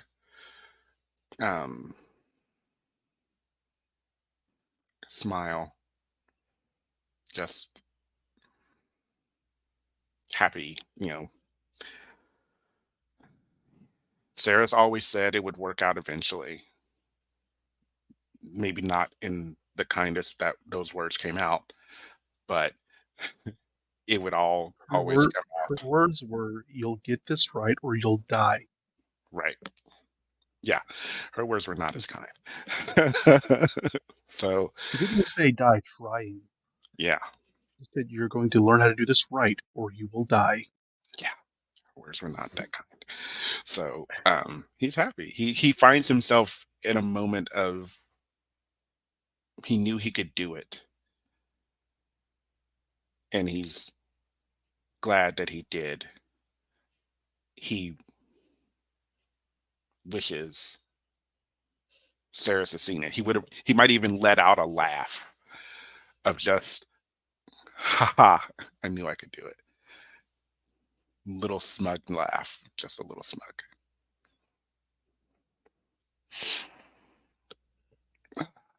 So, uh, Norm, you've just seen the end of this workout routine, as Smallman alerted you that it was time for you to get up, with the boom that also kind of pulled you out of your trance, Davin. Hmm? I would have seen the last of it, and I was going to help extinguish the fire, but I saw that he handled it, so I was like, "Oh, sorry, didn't mean to interrupt, Smallman. Was just supposed to let me know when it was time to change." Right. Uh, I guess it is that time. I did. I wanted to give you something. I was making things through the night. Um, just something I thought. I know you said you hadn't. Um, you weren't able to hear anything about your father or anything during this time that we were all gone, and I thought this would be something that, regardless of where this travels take us or where we go, that you'll always have a piece of you're home with you, and I give him this like leather-ish, like it's kind of it's heavy. It feels a little heavy, but it's like a glove, like a leatherman's glove, like you would use to like if you're smithing and stuff like that. And it has the insignia of the Walloping anvil, and I'll tell him just it does this thing. Just say it's walloping time, and it'll do a little bit of a fun little thing for you. That way you don't have to worry about whether or not you can take the time to put some armor on and get ready for the day. I'm not going to say it now, but I will say thank you. This is wonderful. Kind of looking at the symbol and You can say it. Nobody else is around. You can even whisper it. You can say it in your head. kind of looks. No, it has to be audible. He looks left and right and just. He feels really silly saying it, but he does it. He goes. Should I have changed it? No, no, it's fine. I thought it would have been nice because it's the Walloping Anvil. There you go. He looks at it and goes, it's walloping time. As you say this, the crest actually glows for a second as from underneath it, the armor begins to grow over the hand and the knuckles as it begins to grow up the forearm over the course of your body until it fills up the neck with the gorget, the bevel, and as it spread across the rest of your body, the final piece in about 6 seconds is finally the helmet that comes down before the visor slams shut against the bevel. And yes, you all should have heard the sound effects for the Transformers. I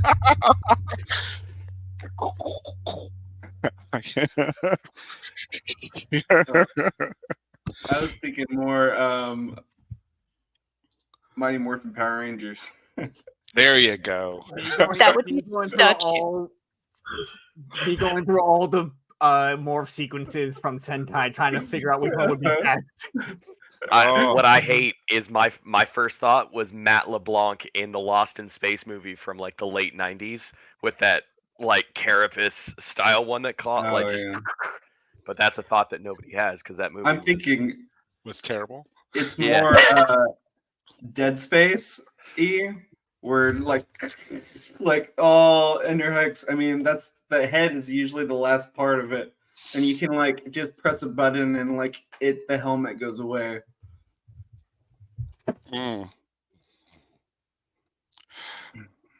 This is wonderful. Thank you so much. No problem. Also, is it a good time to let you know you don't have to say it's walloping time? I just wanted to hear you. We'll keep it between us. Don't worry. That's thank you. Thank It's you. a joke. It's a joke. I that's nice. Thank you, Norm. I'm still learning to enjoy your humor. I mean, if you want to say it, you can. We can say that that's part of it.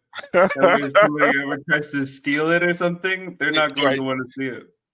Do I just have to think it and it happens? Yeah. Awesome. You just have to think. You can be thinking anything. Well, not thinking anything. You want it to happen. But yes. Yeah. So, how do I take it off? Yeah, that's part I of never realized how do you unwallet something. It's sleep. You have to say it's sleeping time. No, you just like as you think of how do I turn it off, like you can feel like the easiness of it kind of go off. It's just like you just got to think about it. You don't want to take it off. Awesome. That's really wonderful. That's amazing. Whew. I totally feel like a Power Ranger. I'm just saying. And Damon is really excited because he loves Power Rangers. Just saying. Well, it's kind of a mix of Power Rangers and Iron Man, but it's fine. It's cool. I like it. Yeah, I figured you'd like it. I like it a lot. Both in and out of character. Exactly. Huh. Cool. That's perfect. Thank you, Norm. I No really do problem. appreciate that. Absolutely. I'm going to go to sleep now. Okay, that's fair. You enjoy the rest of your evening, morning, whatever. It's fine. We will. Good Don't night. worry. Good night. So, Norm, the rest of the time this morning is yours. All right, Smallman, you know what to do. Pull, and then just throw on rocks, and I'm just blasting them out of the air. I'm making them look the light look black. So I mean, it's not necessarily as like if somebody's like riding by, they'll maybe think that it's like a bird darting through the trees or something like that.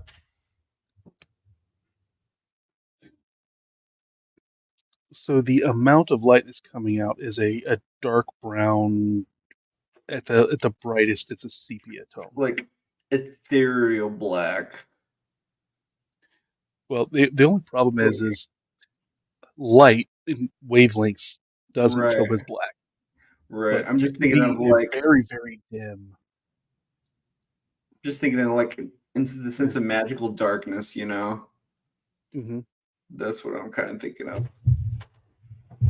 But no, in the darkness of night, as you sit here, maybe a bat flew by. Right. Yeah, that's what I'm But it just is it is so dim, but it does create the effect of something has passed by. You have to tell, but it is so dim that yeah, it's hard to see. so yeah. I'm just taking this time to like look around, and then I'll just tell Smallman pull, and then he'll throw a little rock, and I'll just shoot it out of the air, and then just kind of look around a little bit more, and then just do it over and over again.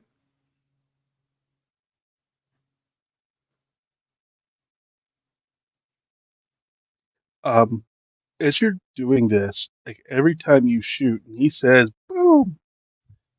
Um, everyone else,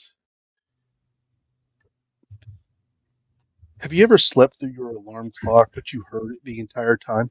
I wouldn't think Smallman would say boom. I think he'd know that I'm trying to concentrate on shooting rocks. He gets like excited every time the rock explodes. He knows this is quiet concentrate time. He just likes to say boom whenever everybody else is around for the most part, just to show off that he can talk.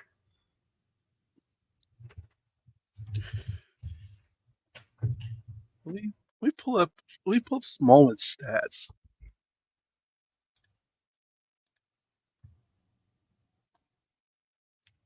I mean, Hmm. everything's yeah, he's got a strength of 4. I mean, he's not throwing them great, but I mean, Dex 15, Constitution 11, Int Wisdom 10, Charisma 7.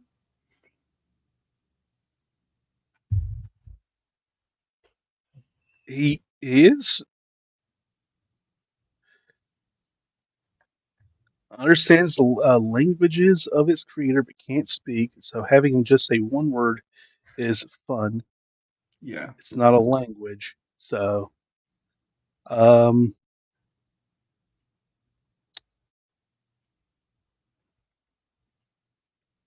yeah, that's what like whenever I created him, I was very confused by him being able to say that, but at the same time, I was like, you know what? As long as he's not exploding or anything, I'm okay with it. So he does have the willpower to not keep saying this. Okay.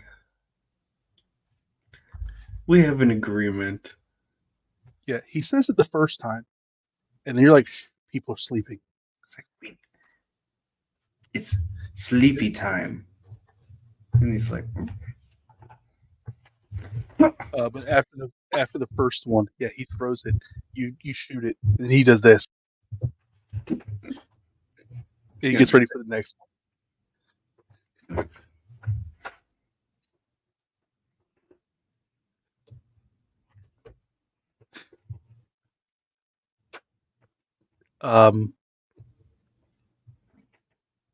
Is there anything else you're working on or doing before the morning comes? no, I would really. I spent most of my time making the carapace, the full plate armor for Daven.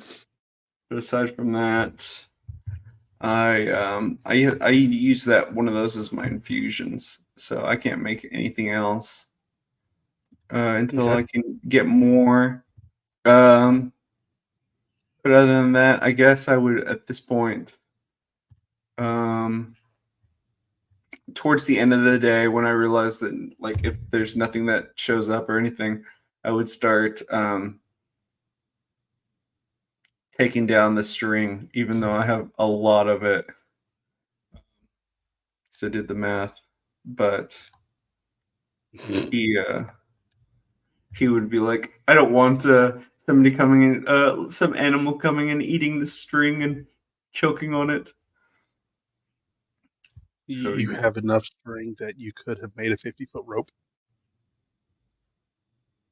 I mean, in the sense of, I mean, just the thickness of it, I guess. I mean, I have, in terms of, I have 3 pounds of spool. So altogether, it's 24,000 feet of string. If I just, but I mean, it wouldn't be, I mean, it wouldn't be thick, but No, that's enough that you could have made a 50-foot rope. oh, right. But I think I do have a 50-foot rope as well in one of my packs. But you have enough string that as long as you don't lose it, you will always have string the rest of the campaign. Yeah, I just want to always make sure that I make these little, and I can use them for other things too later on, maybe. But I partially used it to like make the leatherwork glove. But yeah, I as the day finishes up, I pick up. I carefully take the strings off of the spots and I put it back into the spool, or I put it in like a use for spool. Put it in my bag. Aside from that, Okay. no, I don't do anything else. As the morning comes, the light's already brighter than it was yesterday, which is a welcomed improvement.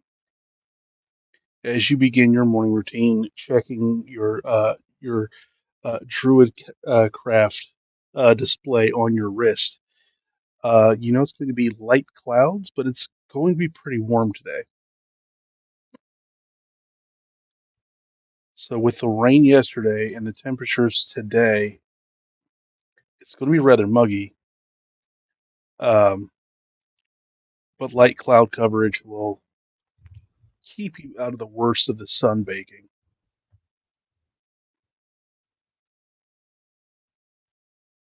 Okay, I let everyone know that it's gonna be warm today, so dress light.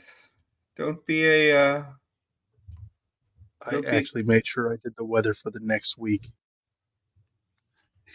Nobody wants to be a cooked uh cooked soup in their clothing.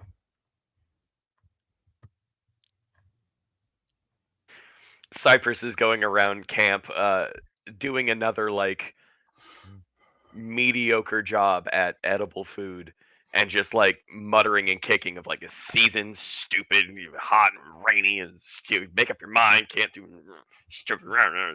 Just grumbling the whole time. Penny just slyly goes around to everybody and just hands them a good berry without letting Cypress know. Just in case. I love it. Tormentor, yeah, torment me. Cypress, what do you call your recipe for this morning? Some food. It's food and it's good for you, so enjoy it. And it's there and it's nutritionally balanced completely perfectly for everyone's diets. So I hope you're What's happy. your protein source? Varies depending on who y'all are. What do you want? You want secrets? I'm not gonna tell you secrets. They're all in this book. Holding up his formula book. It's not important. You just gotta trust me. I was a doctor. All right, Bunny Man, keep your secrets. Everybody, make a nature check.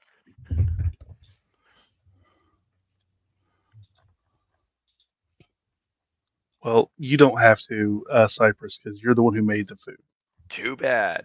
I don't know what I did to it. What if he critically fails and he's just getting like poison berries? Sounds great Cypress to me. does what I do in the kitchen, Again, which is just nothing guess. nothing is poisonous. Yet again, Drolor, none of the flora and fauna of this region are anywhere near on Hammerheim or in Seraph's Reach. He says it's edible. Okay.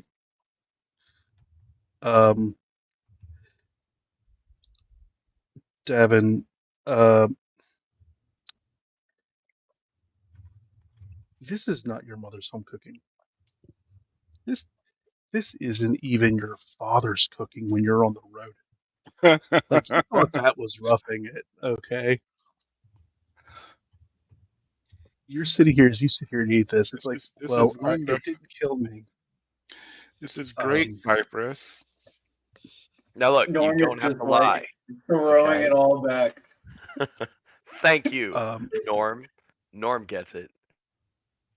However, Norm and Penny, as you're sitting here, you realize this is chicory. This is assorted berries. These are some acorns and nuts. I love what you did with the bark. That must be the fiber.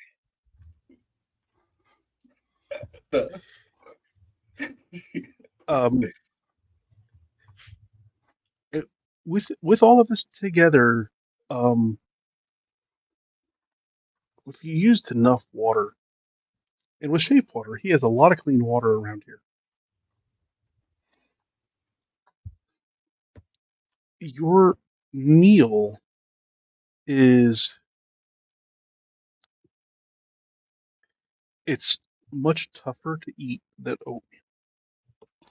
And why does it taste strikingly similar to bad?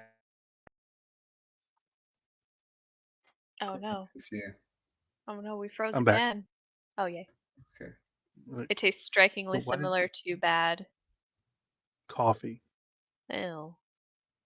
It's like bad coffee with berries and nuts. Oh no, my secrets.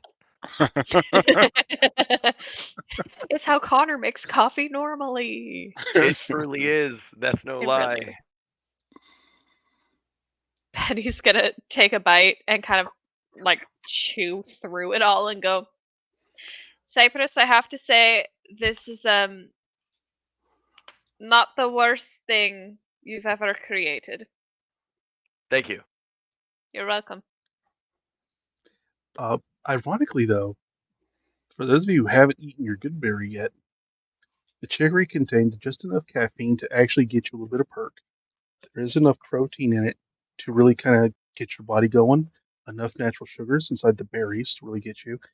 And because you used the whole bark as you sit here and try to chew those chunks, there's enough fiber in it. This it's not a meal you'd ever order, but surprisingly is good for breakfast. Just not to eat, but it has all the components that you need. David, are you gonna finish yours? Huh? Are you gonna... You mean? Oh no, I'm actually quite full. So Okay, I'll take it. And then there you go. dumps it into. Yeah. Thank you, For those of Norm. you who are actually trying to eat it all, like your jaw hurts by the end as you chew it all.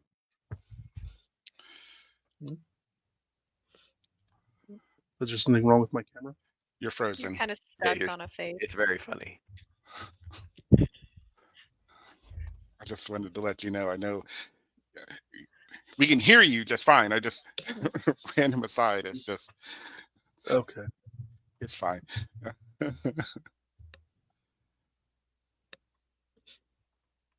Nope. No. Turned into Will for a second. Hmm. Yeah. Weird. Well, Oh well. hey, the good news is it's not going to pick up any of my sillier faces There we go. until the interwebs catch up. There we go. Yeah, I hand Norm the rest of this concoction, and then I slam the good berry, like get the taste out of my mouth.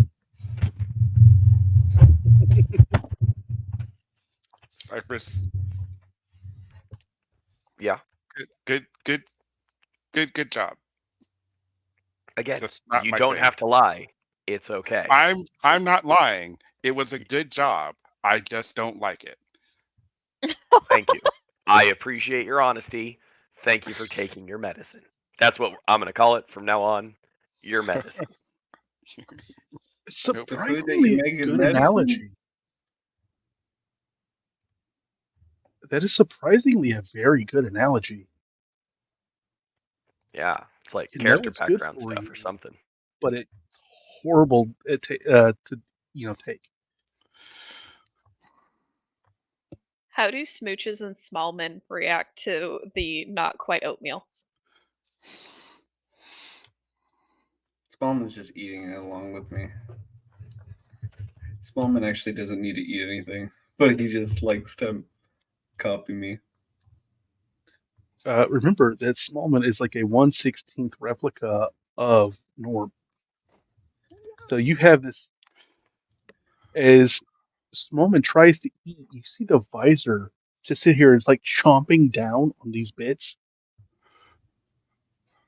Oh yeah, whenever he opens his mouth. I mean, you never see it open except for that one time he bit Penny. But whenever he opens out, there's like 4 rows of teeth.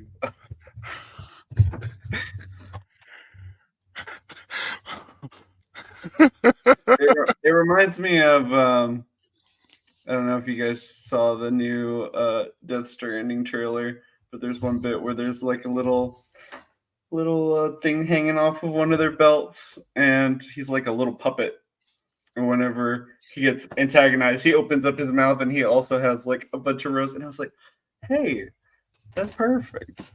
I mean, that came out after I introduced Smallman, but I was like, "That's exactly what I would imagine Smallman to have." Nice.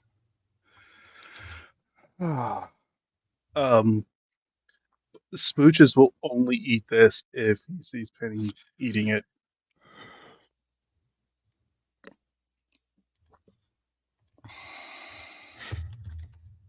You're muted.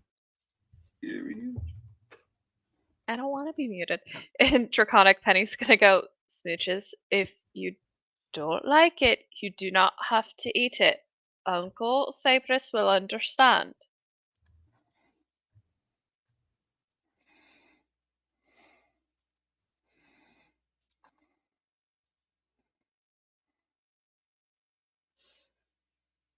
As he sits here and starts trying to eat it,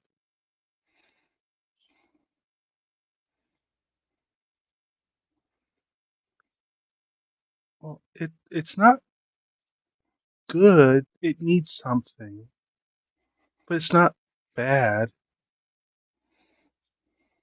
Hold on.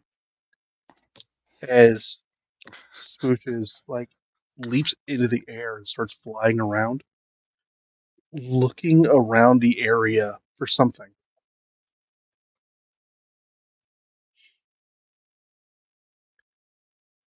Um, as you're sitting here like wondering when's he coming back or whatever else, because you can feel he's not far, but he's just making a slightly wider circle every time he flies around camp, and then you all hear it as you see a cloud of dust and leaves fly up Oh, he's doing it as again. as Smooches like prances back into camp with the squirrel. As he throws the squirrel into the bowl and then just like grabs the whole thing. Just it didn't have any meat. It wasn't crunchy.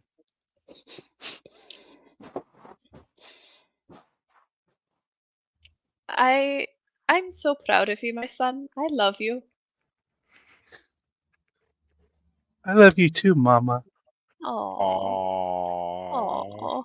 As Cypress he's like pulls out the notebook finishes and the just bowl. kind of writes a little note and puts it down for tomorrow. Don't You speak record Draconic? anything weirdly scientific about my child. Nope, just adjusting the recipe. You're fine. You're good.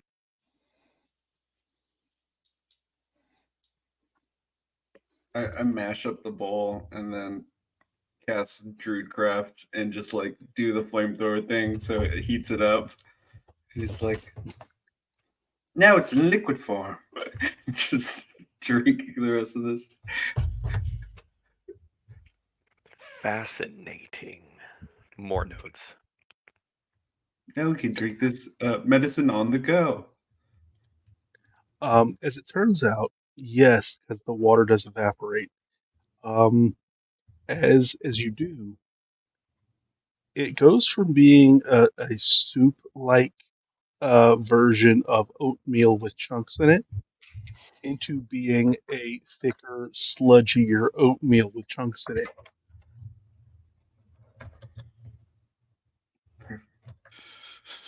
That's too thick. That's too thick. That's Add some more water to it. oh. Um, but as you do it, you have plenty of energy this morning as the caffeine begins to take effect. Love it.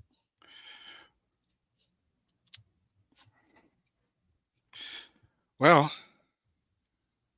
should we give this to the um, animals and maybe that'll help us? Wait, what? Give the food to the animals? Penny cast speak with animals. Hey, do you guys want to try this? Let's Or just do you give them just the want good berries. or do you just want good berries? We don't want to upset their diets. We don't know how these animals work. It's just us. You can be honest with me. I won't share your secrets. The horses are absolutely not. I'm gonna hand out a good berry to each of them. When it comes to the axe beaks,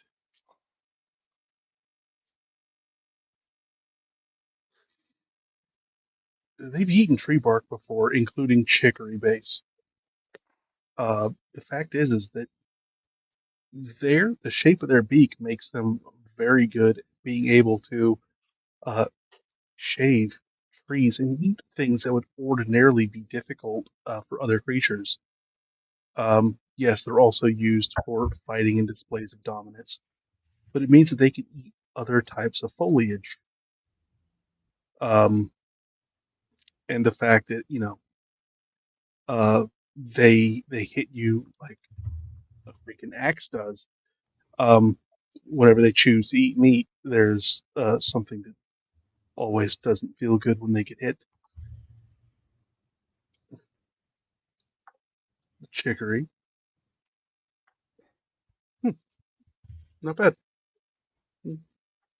And ooh, berries, those are sweet. The acorns and nuts and uh, yep, and Can there's I plenty of the X-Peaks kind of like it. can I give your compliments to the chef? And I kind of gesture over to Cypress.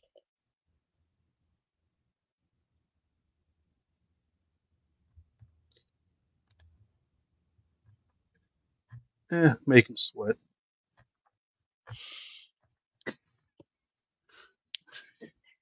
Cypress. Yeah, what? Eh, Yeah, okay. All right. eh, That's fine. No, yeah, eh. you don't have to like it. It's good. You know what? But next time, even better. Just start scribbling furiously. Are you gonna add the squirrels in? Oh, I'm gonna add so much more than just squirrels. What what are you gonna add? I don't even know yet. You gonna I, add a rabbit?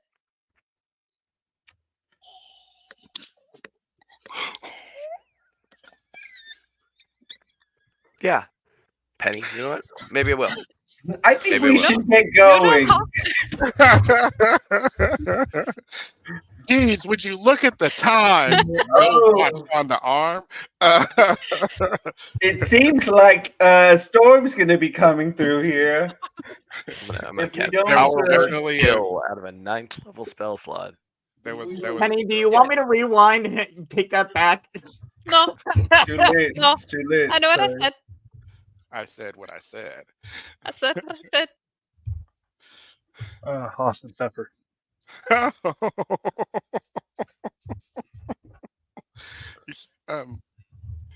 Yeah. I thought it was so sunny earlier. It's definitely shady now. Um, for sure. Yes, we Oh, should get on the road. Let's get on the road as soon as we're done packing and what have you. But yes, yes, absolutely. Ah, oh.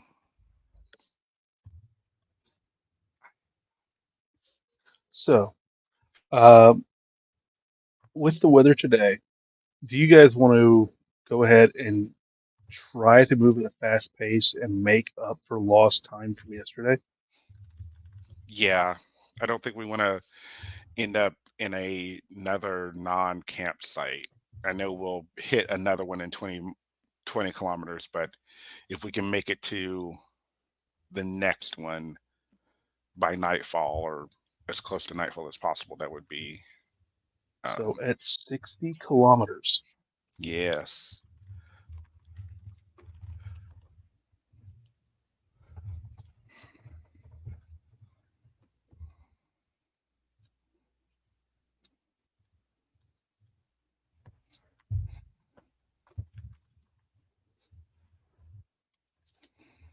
we're trying to hit 37 miles today. Ugh. 37 and a quarter, really.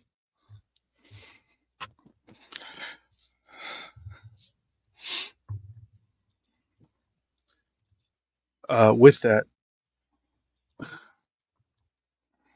I don't have the stats in front of me. Um, we could pull up two riding horses for stats and the axe beaks.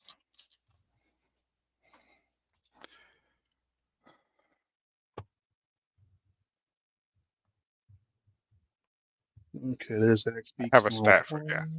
I have a stat for riding horse in roll 20. Okay.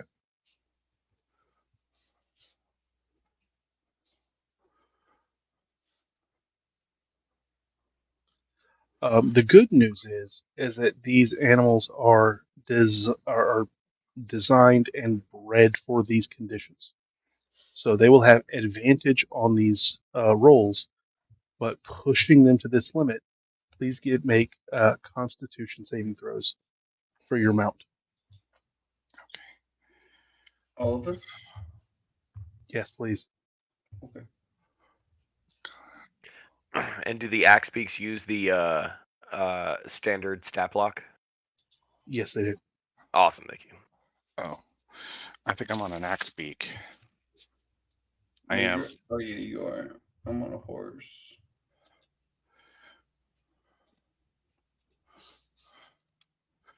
Can you do that in here? Does this work? I guess it does. I don't know what it is, but I'm just going to roll a d20. +1. Yeah, axe beak is a +1 to their con. And remember, everybody, you can roll twice and take the better of the two. Ah, thank God. Good, because I got a 3. Son of a bitch. 19 for mine. 19. 8 for my axe beak. 4 for my axe beak. That's unfortunate. Mm-hmm. Yeah. I'm not even wearing armor. Well, not even wearing my armor yet. One of my horses rolled a 20. Okay. He's doing tricks. I didn't even teach this horse. He's cantering backwards. Yeah. He's Don't really look showing at that off. roll. I was just playing around a little bit.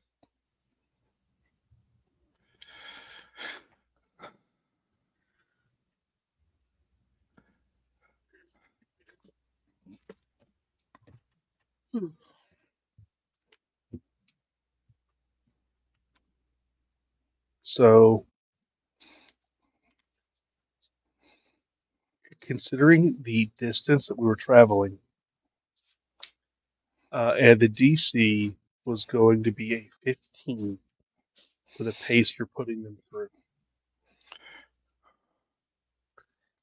If you failed, they take 1 point of exhaustion. If you failed by more than 5, they take a second point of exhaustion.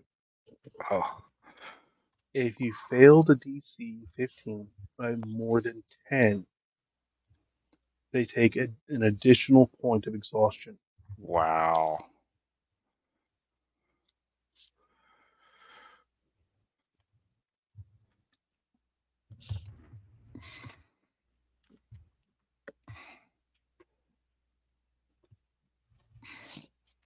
Ouch.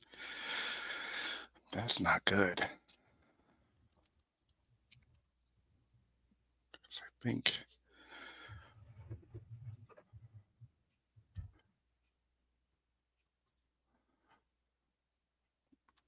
Yeah. 3 points of exhaustion. There's disadvantage on attack rolls and saving throws. Plus, their speed is halved and disadvantage on ability checks. That's a lot. Uh-huh. 2 is just speed is halved and disadvantage on ability checks. 1 is just disadvantage on ability checks. Just so everyone knows. And our audience knows.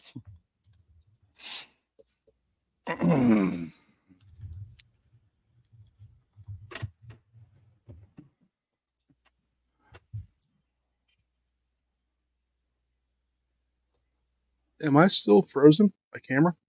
You froze it again, yeah. You weren't frozen until I think you said that. It knows. It knows. Does exhaustion go away after a long rest? A level 1 goes point away. does. Yeah, 1 point goes. Yeah, okay. Yeah. which is going to be really bad for. I think mine has 3. Okay. But like, didn't Penny have one yesterday? But she's good now. But they're good now. And I have. That's probably why, because I have a level of exhaustion. Yeah.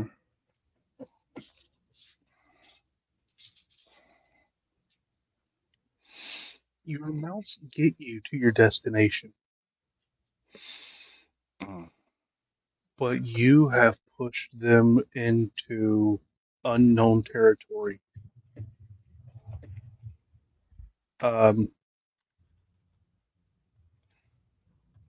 You literally pushed them half to death today. Ugh, I don't like it. So we will need to better manage our animals in the future. Um, if you take the mounted combat feat, you can make the saving throw for them, in addition to the other benefits of mounted combat.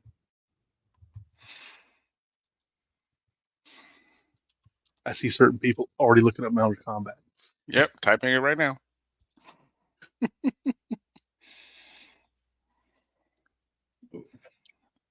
Can I spend most of the time at camp tending to the mounts and just kind of making sure that they're a little bit more relaxed and that they're set in for a more restful night tonight? Yes, you can. Please give me an animal handling check. Could I do the help action for that, just from like a fabrication standpoint of gathering supplies and assisting, so Penny can focus on the actual like use of material, but I will get the material. So you want to be able to effectively build them a nest to relax in? Yeah, I think I would be at Penny's disposal so they could tell me what to do to help them Okay. help the mounts. As like, from like a medical standpoint, it's like being the like I'm assisting them in their primary care aspect, just to kind of help boost that role if I could, in a way. The scrub Okay. nurse when the doctor asks for a scalpel. Yeah, that. Okay.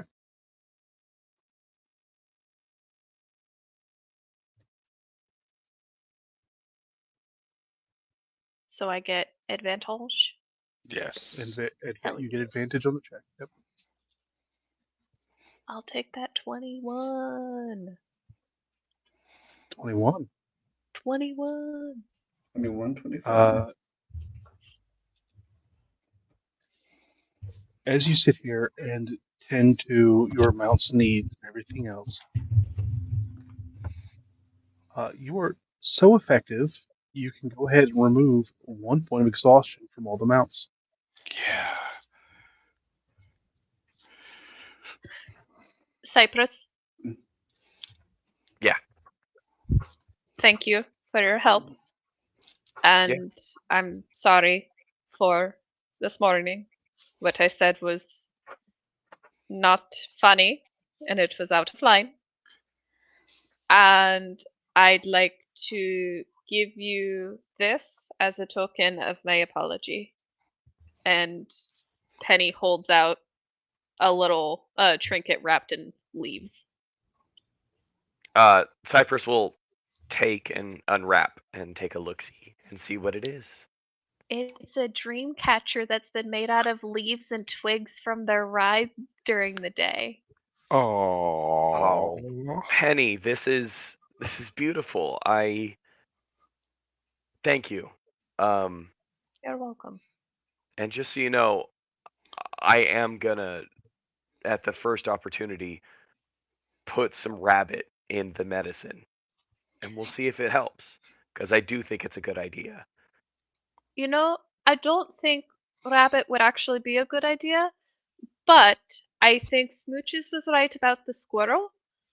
And I think if we can find a river or a stream, perhaps I can fish, or one of us could fish, and you could try some of that. Yeah. Definitely not rabbit. That's not. No, No, that would just be ridiculous and that would just be gauche. yeah, and disgusting. Yeah.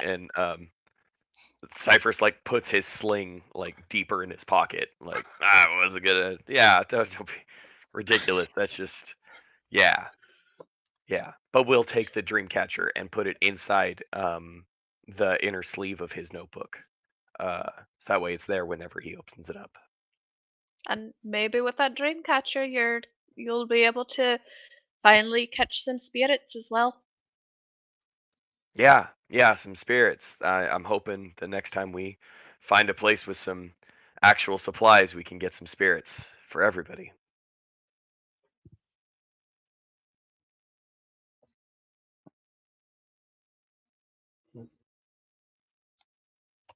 So, uh, as you all begin to set camp, did you want to make uh, the that your like official watch order? Yeah, I think that'll work. I'd be down for that. Okay. So then we always know who's got first watch, who's got second. Okay.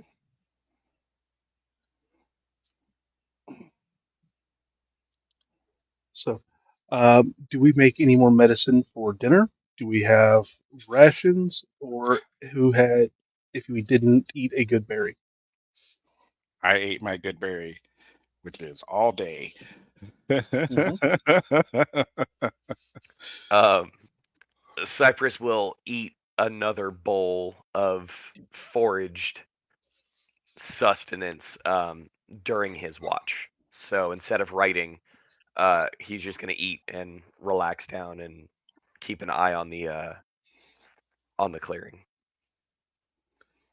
Uh, Normal medicine, or do you add additional protein and crunchy bits? I mean bones.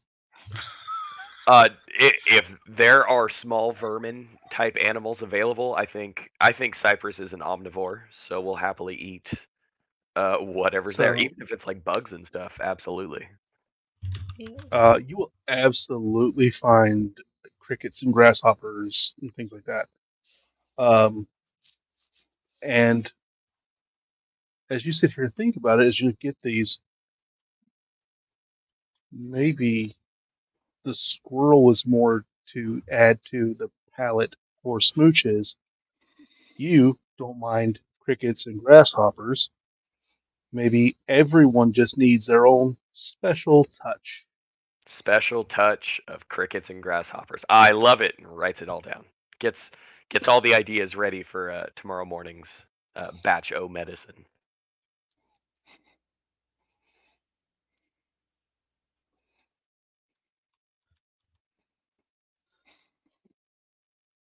I Uh, lied. as night, Can I do one other thing? please, please. Okay. Cypress is going to take a rock and cast light on the rock, and then um, go out into the because like it rained the day before, right? Go out into like the camp zone and stuff, and pull up like night crawlers and like other bugs up Mm. out of the wet soil, and is gonna start getting those ready for like a noodle type dish for the morning, and that's the bright idea. That's how we're gonna get our protein, and that's how we're not gonna be exhausted tomorrow. That's thinking with your noodle. Cypress just cackles and says that several times to no one but himself. As you think about this an idea comes to mind of a reverse pasta dish, where the noodles are your protein source, but you also find a lot of wild potatoes and wild onions.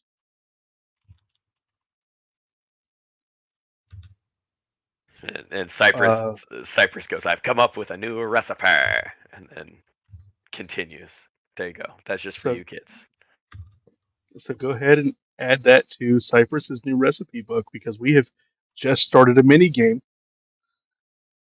Absolutely, I love this. This is great. So is Um, this gonna be Final Fantasy 15 finding recipes minigame, or is this Kingdom Hearts 3 finding ingredients? Every Gwen 12 No, seconds, it's Cypress is going to go, I found a new ingredient. it's more like we will just go along with this running gag, and see how awful we can do this, until he's no longer entertained by it. Oh, sweetie, I'm autistic enough to be completely entertained by this forever. So this is a 2-year-long gag now. That's now going to bleed into your personal life. I had I- a lizard. I already make smoothies every day for breakfast, so this is just a little tangent over from that. So yeah, this is gonna be great. I had a lizard folk ranger in one of my old games that he wanted to be cook, so I added a cooking mechanic into everything. But she was also, because lizard folk, like, they eat their oldest people to honor them in their tribes. Very much was like, all right, I'm gonna take some body parts. I was like, nobody does that. She's cooking up all this stuff.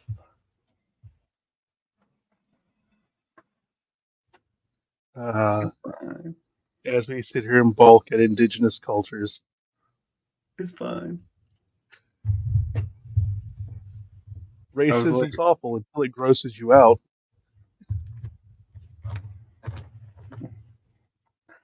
I was just like, all right, everybody, you guys eat good today.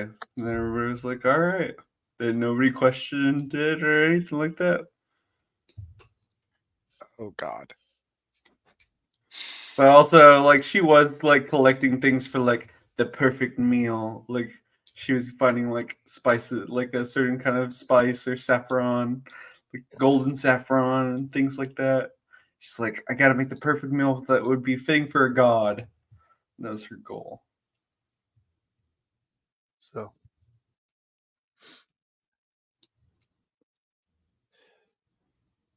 as you sit here and you dig around, you get your wonderful night crawlers and earthworms. You find your wild potatoes and wild onions. You have your new recipe. Um,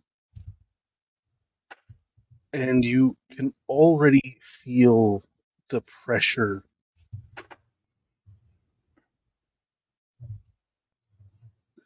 as you can feel the sky. The canopy covers it. You're inside this these enchanted campsites, and you can just feel that weather just roll in, and the sound of static as sheets of rain as before as you have finished your rest, or sorry, finished your watch, starting your long rest. The rain starts. Not as torrential as it was yesterday, but it's already started. And with that, um, Penny, it is your watch. You guys have overlap time that if you want to do things.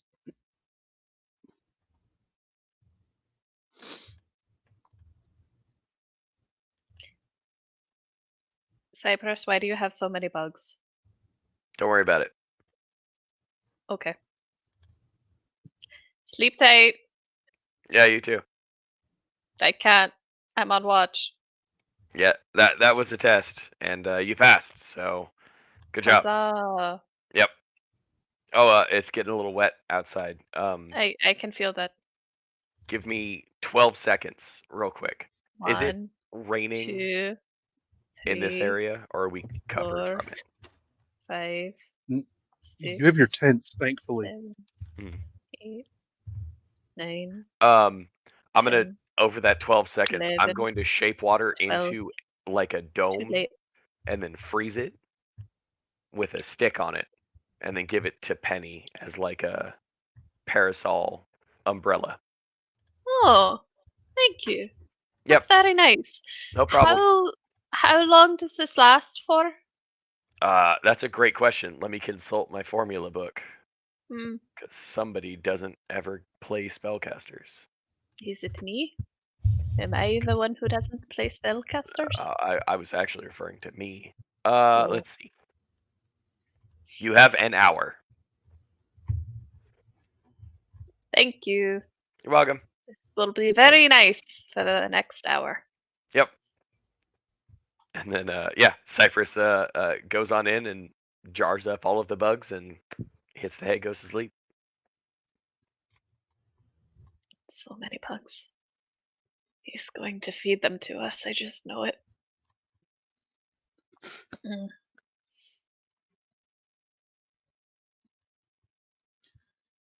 No, say it, Connor. Say it. No, unmute yourself and say it. I was just gonna say, like, if you said that out loud, then Cypress would open up the tent, and be like, "Was that not clear? That's it's protein. It's natural protein. I've eaten worse. That's all. Yeah, I know. And my goal every day is to not make a mistake like that one time. So don't worry about it. It'll be great. That wasn't even the worst, but Oh, okay. you're growing every day in your culinary skills, and that's all we can hope for. Yeah. You're learning. You know, I am. Mhm. And I'm gonna write all this down before I forget.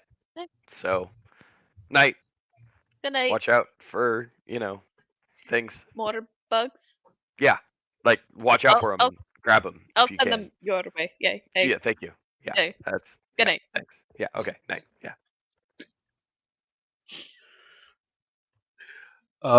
As Smooches has done nothing throughout the day because you guys were traveling so fast.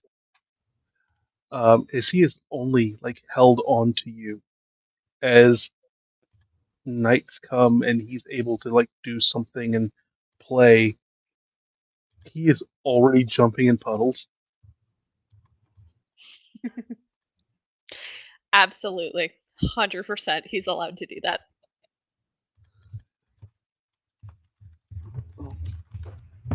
Uh, um, and he's already noticing things like when he just like steps in the puddle, nothing really happens. He pushes it harder, he sees the water move, and he starts like jumping and starts seeing how far he can make the splash go. Um, and scientifically, this is an exercise in learning about displacement. And while that's true, it's just a kid playing in a puddle. Um, and he is having so much fun just jumping from one puddle to the next as he sits here and flies around in the rain. Mosquitoes are getting bad. Oh. Yeah, it's annoying.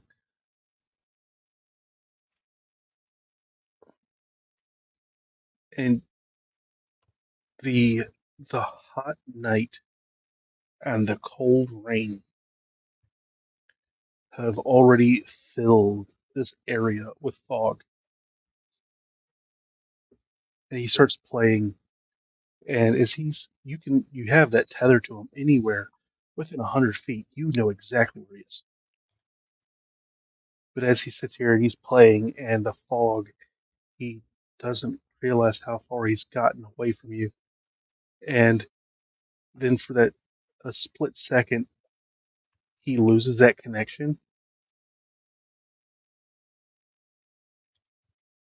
and you you don't even realize it until as soon as it happens, and then that connection is not there, and then you instantly just and you feel that panic attack coming on, and at that moment he realizes that oh, and he turns around, and you feel it reconnect instantly. I think I mean, Penny would have like stood up and started to try and like go towards the last place that they felt the connection.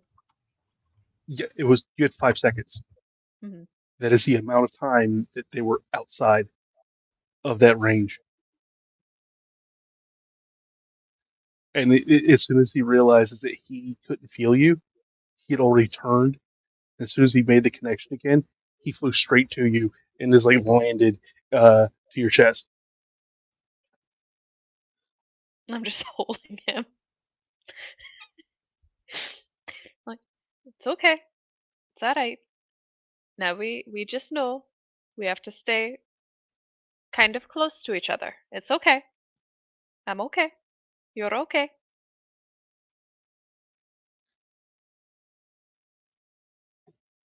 He doesn't say anything, but you feel it. The security, the knowing, um, yes, everybody else, but Mama. And he's so small, and it's so new. But is he bigger than he was yesterday? Is he is he heavier than he was yesterday? I put him in baby mode to double check that fact.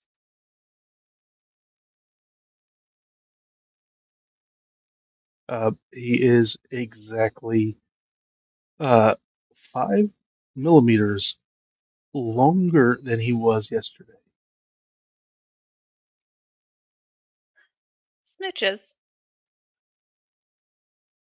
when you first spoke to me, do you remember that you said that you're growing and you're learning every day? Mm-hmm. Exactly how much are you growing and you're learning every day?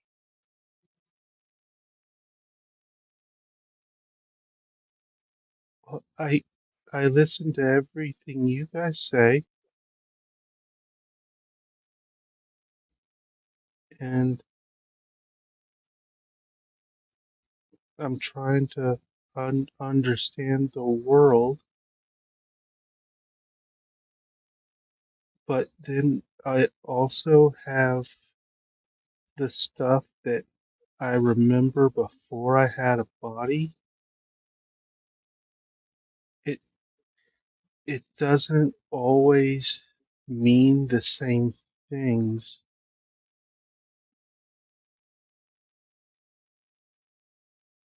because before I had this body in with your crystal, I had different concerns. Like what? Like, what am I? That's always a good And, concern to have. and I didn't know who was supposed to be. And since I didn't know that, I was unsure of my place in the rest of the world. And with those two things, I didn't know how I could help,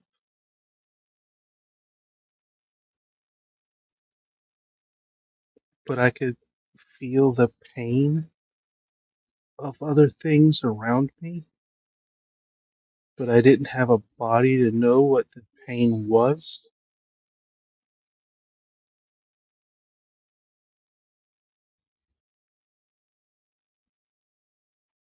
That's very Now I scary. understand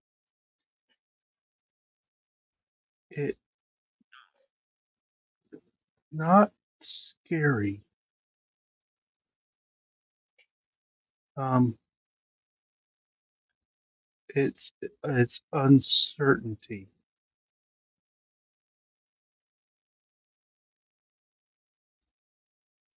Nothing made sense then,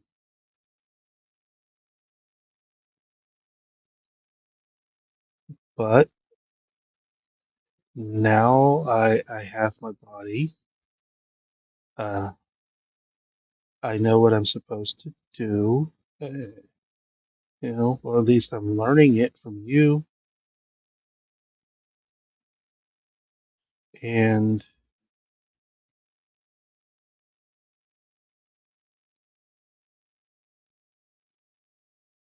but now I also understand pain that all the bad has caused in the world. I mean, well, not all of it, but it. I understand the concept of pain better and what the bad people and the bad things cause.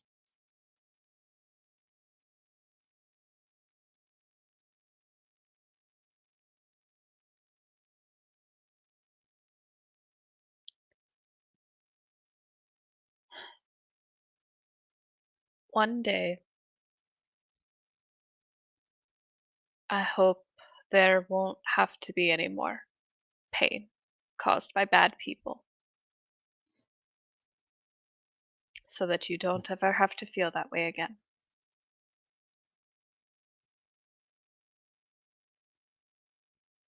Well, I mean,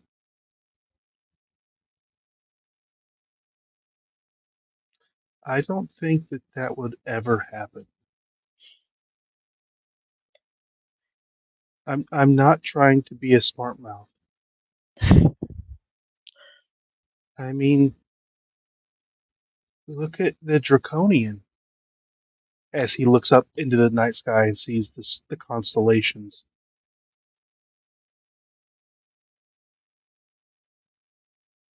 He's supposed to be a force of creation and destruction.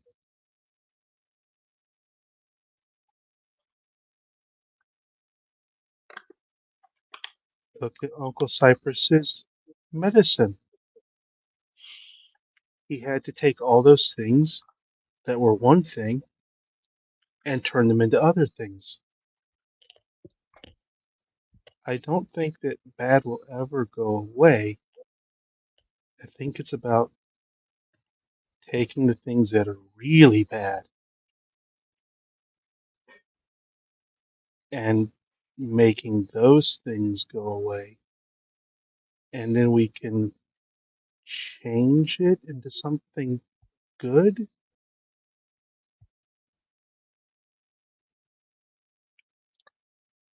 Aye. And, and that's what I learned today. So if we take the ones that, are so bad that talking to them doesn't help, and we change them into something that does help, like fertilizer. Smooches, you're not wrong, but it's concerning.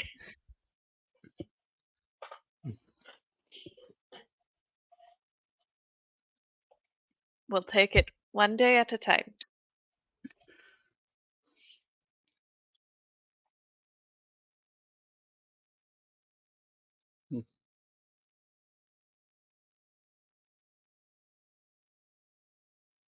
Now let's go wake up Uncle Jolor so that he can watch camp. Okay, as Drolor, you're laying there as a dragon flies into your tent and lands on you. Oh, oh, oh! Hey, smooches. As he doesn't do it hard, but he just like kind of headbutts you. Oh, He doesn't hit you like in the face. He hits you like into the chest.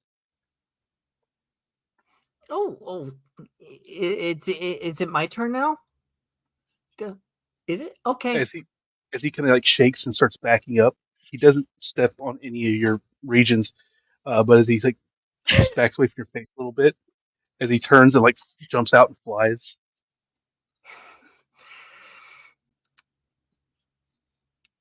Okay. And Droller's gonna get up and come out of his tent to following Smooches over to where the watch spot is. So guess who learned about puddles this evening? Oh, Did you have fun in the puddles? Are you translating for Droller? I am. Okay. As soon as you bring it up, he just starts jumping in the puddles again. You know, I would also I turn to Driller turns to Penny and goes, you know, I would probably splash around with him, but I'm afraid I'll cause a tsunami. What? So probably not the best idea, right? You know, if we find a big enough body of water, Smooches might like learning how to surf. I'm sure you could help with that. That would be fun. I think I could do that.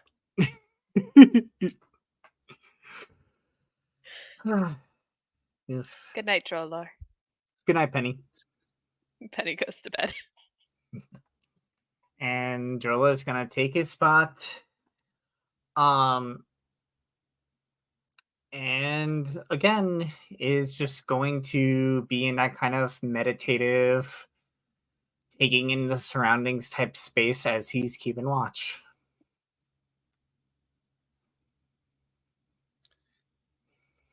It's Is harder to achieve your meditative state tonight Mhm. because you're being rained on. Yeah. So give me a concentration check. DC 14. DC 14 concentration. Do I get to, because I have advantage on Constitution saving throws to maintain concentration on spells. Do I get to use that as well? Do. Okay.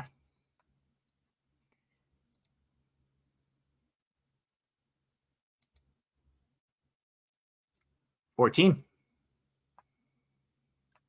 So you realize it takes you actual effort to enter that state tonight. Mhm.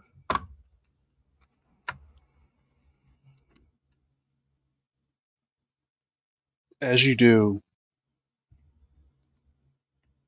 you feel the energy around you.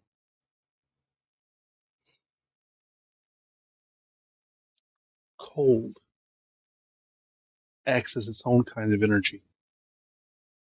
As it hits anything warmer than itself, it instantly acts as a heat sink.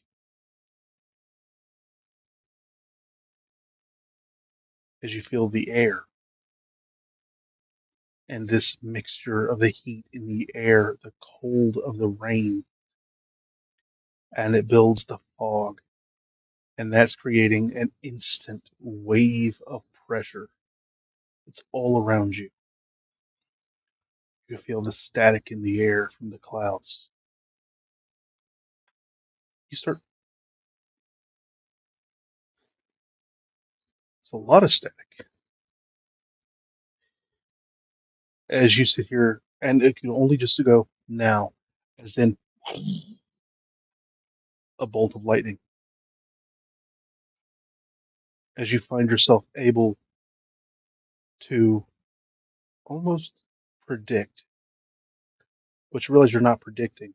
You're simply aware, as all of the data is all around you already, then your connection to time itself gives you just the ability to just slow things down just enough for the rest of it to catch up. So as you realize you are affecting a bullet time scenario uh, by actually concentrating on this. Now, the only thing is that this scenario right now, at a DC 14, your only stress was that it's raining on you. This could be next to impossible to achieve during a fight. Mm-hmm. Next to impossible is not impossible, though. Make an Arcana check. Hi.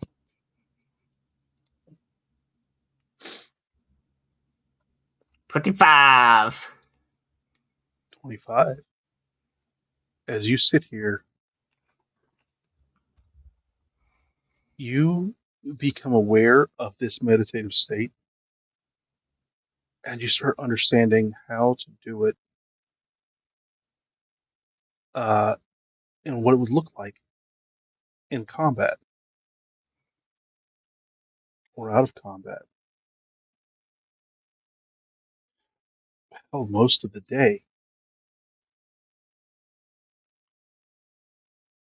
as you begin to contemplate and understand the workings of the foresight spell.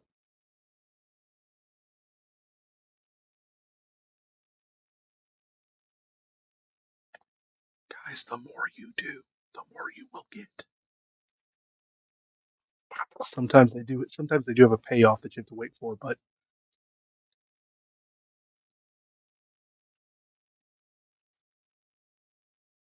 obviously you can't cast foresight. No.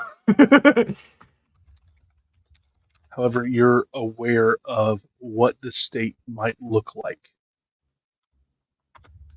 You're now doing the equation and seeing how the spell would be written and how the spell would work, and how it would interact on yourself and the things around you.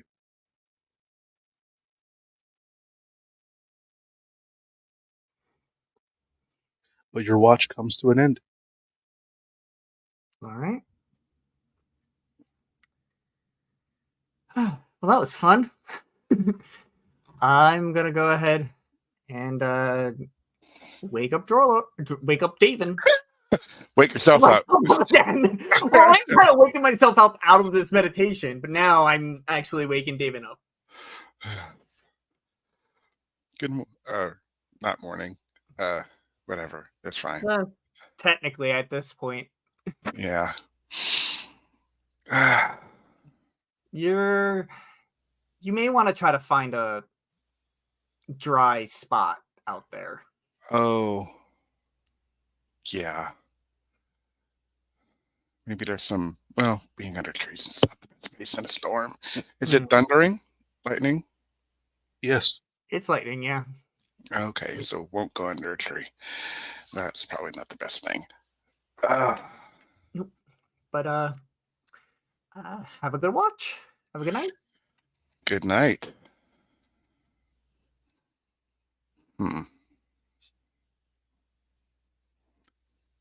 Looking at my strange tall friend.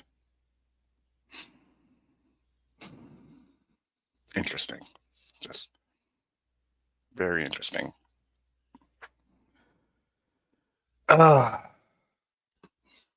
Davin's not going to do the focus, like the routines and stuff he was doing before tonight, especially with the rain, but he will keep eyes on things to just see if there's anything else out there. I know we're in a relatively safe space, but I want to. We've had some relative safe moments for a while, and maybe we're due for something not so safe. Roll a perception check. Hang on to your butts. Oh, I didn't want that. That's not what I meant. It needs to be normal. And try it again. Ah! Well, Natural 20 for 25. so, as you sit here and you look out,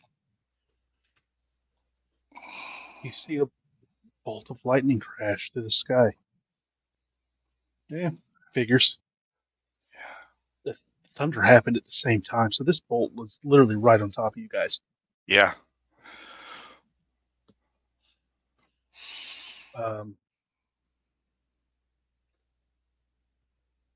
As a few minutes later, another bolt, same spot.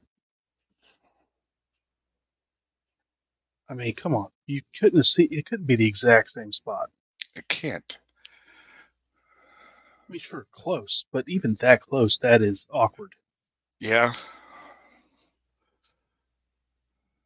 Kind Third of. bolt.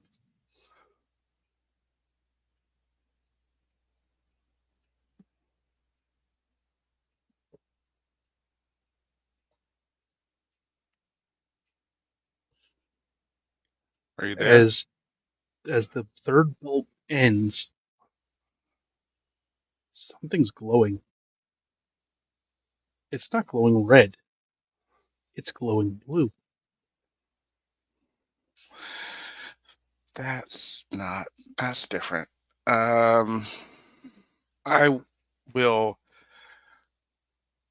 hesitantly approach this glow.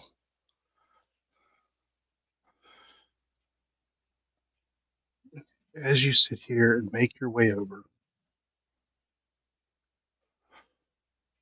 you step past the ring from the this enchanted campsite. Made how long ago? As you continue on one step, two, 10, through the trees, you continue on 30, 40, at roughly 50 feet away from the camp, hidden behind a number of trees. It finally opens up into a large stone monolith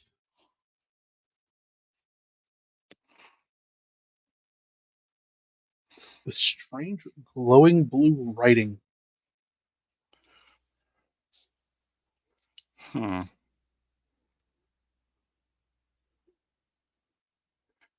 Blue writing. Mm-hmm.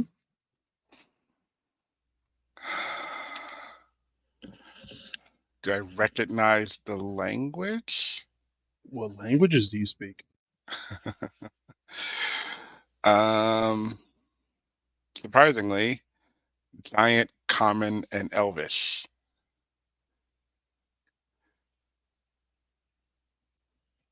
You do recognize the characters.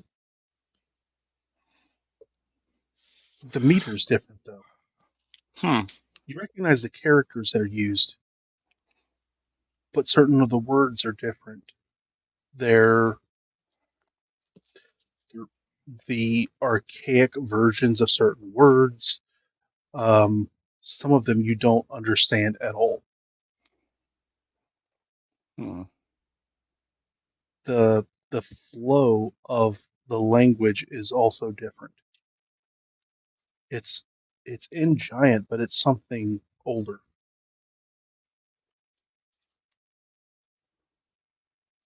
Hmm. Can I get a general gist of what it says or is saying? Make an intelligence check.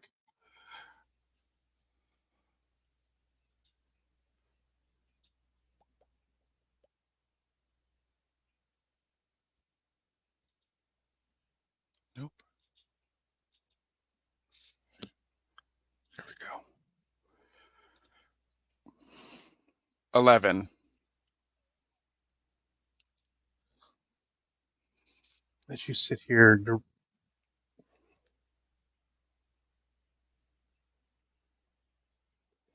that's the Bulgarian.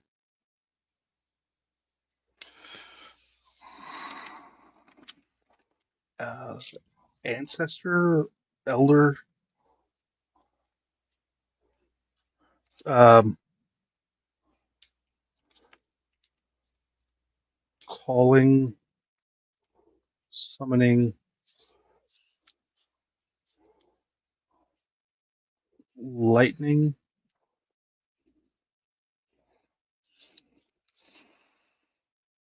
Hmm.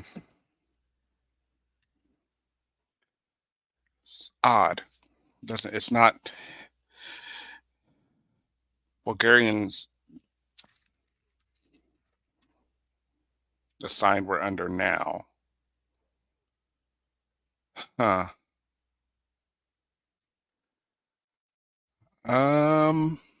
I'm gonna be a curious person. Gonna do it.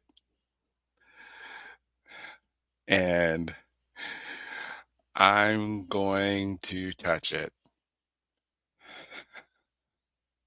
Gonna just reach my hand out and just touch this monolith. As curiosity gets the better of you, Indeed. you take several steps closer to the monolith. As you reach your hand out, you know you need 4 more steps to make contact with the surface, leaving you at approximately 10 feet with the length of your stride versus the number of paces. As you get to within those 10 feet, a bolt of blue lightning out of the stone into your hand. It doesn't hurt you. As you recoil from this, because you just got hit by lightning, you should be hurt.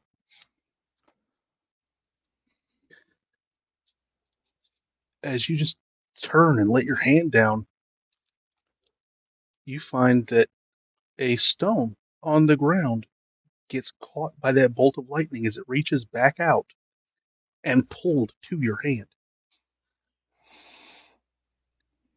Please add lightning lure to your cantrips. Oh.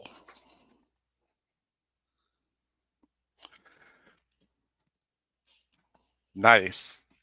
If a Nice. person was a dwarf, if we had a dwarf in the party, they would recognize that the stone was actually made of a material that is both copper ore and iron ore uh, in its workings. Mm.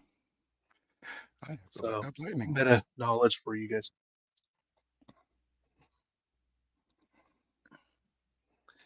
As that bolt has traveled into you, the glow has faded from the rock. Hmm. Tingly.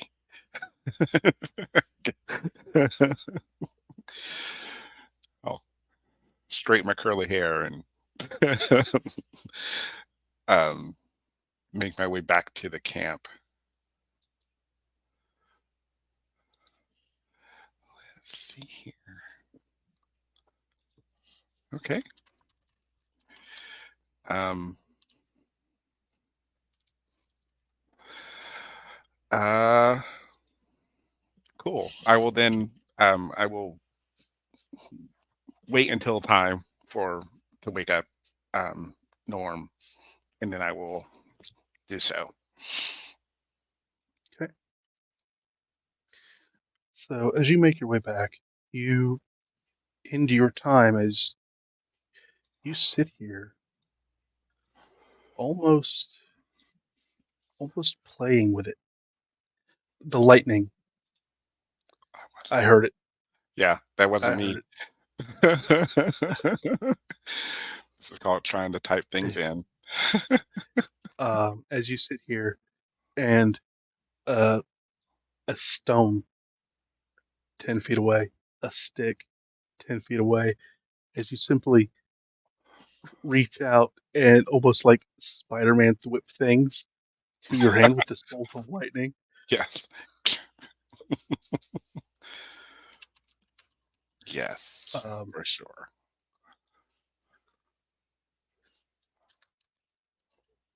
So as you try it on another object, an object of much greater mass than you, Mm.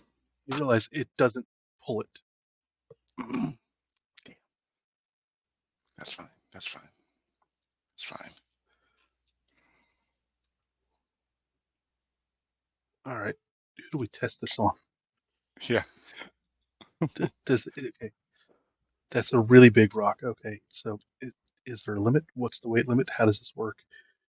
Um, so you're now learning lightning lore. You have the ability, but we just don't know all the rules for it. Right. Whew. Haha. Nice. Um, as you sit here and grab something else, boom! Oh. Oh. Oh.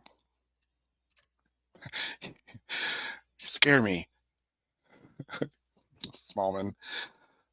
Every time. I don't think I'm ever going to get used to that. I might, but I don't think I will.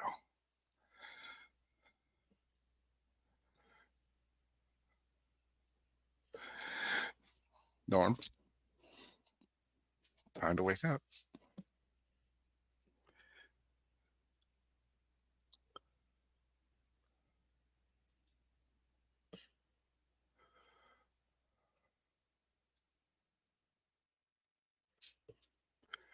Dan, I think you muted. He says, "Oh, I'm probably not going to get used to that either, ever." All right. Well, hello, David. Happy sleepings. That I'll is take the the last plan. watch. That is the plan. You do well. You as well.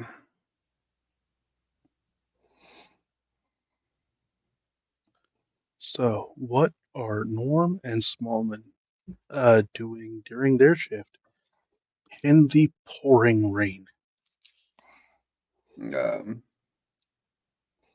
I think they would just be making sure that like the rain hasn't messed with the string that he's put around the whole Um, other than the fact that the string is wet, right, no creature has touched it. right. They would have checked that, and then they would have just found a tree that's kind of hanging over everything, and kind of set up on top of it. Not set up on top of it, but like climbed up a little bit, give them a little bit more vantage point of the whole campsite.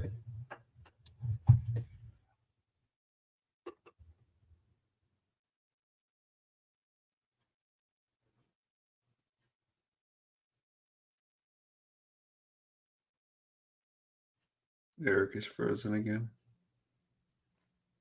Okay, Okay, I'm there. back. Yep. Sorry about that, everybody.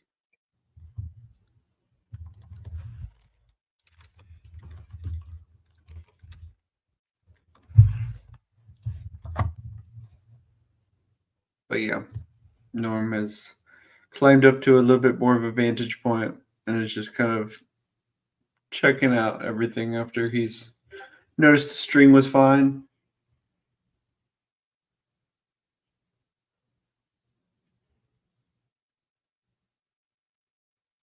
Kind of trying to stay out of the rain, but also he's not very much bothered by it.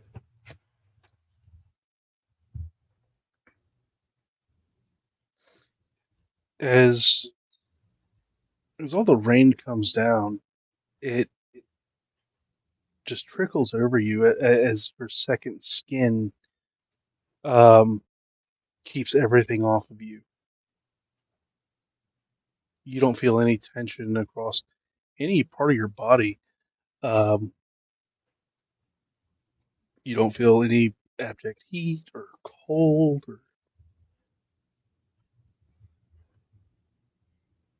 It's nice where you are.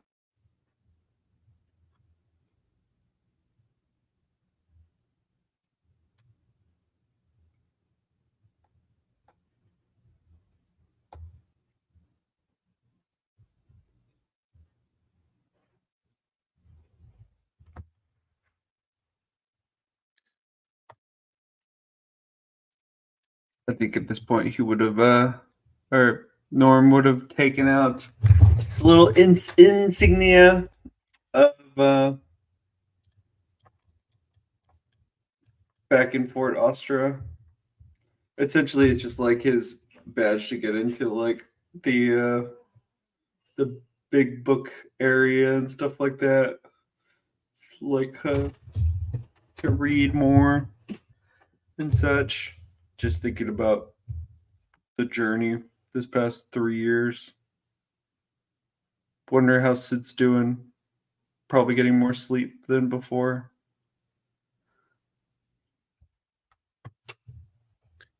As you sit here, and Smallman has been watching you for days and seeing you tinker on things, and he sees your ray gun.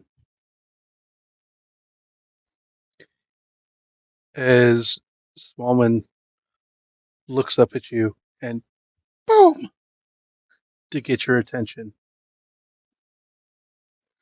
as he holds up what is an arm-mounted crossbow sized for him that has a blowgun dart on it. Spallman, what did I tell you about creating weapons for yourself? Boom. Okay, I guess it is. And he's gonna pull out his little pouch and rip off a piece of it, sew it up a little bit so it's like a tiny little like a quiver pouch, and he's gonna put his what has he got? His 50 blowgun needle into it. And he just puts it as a little quiver on his back, and he's like, I guess they're growing up so fast. As Smallman is now wearing this across his chest, with 50 blowgun needles hanging off of his left side, as he has this small, itty bitty crossbow. It is smaller than a hand crossbow, but built onto the arm, as it can fire blowgun darts. The implications of this. Um, this is what happens when you have an intelligent being as I know. as a sidekick. I know. Especially when they can learn from you. And it's not even I mean, I could create other things aside from this, but yes, yeah, it's one of those things where it's like, the implications. Oh my god. I mean, That's it's not only ever important. going to deal 3. A Smallman can only deal 3 points of damage because it's 1d1 plus 2. But 1d1 plus 2 at range, not very far range, but you know.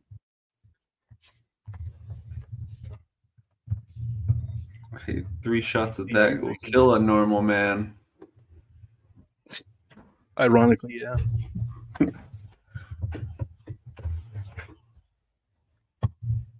So next thing we know, he's gonna have a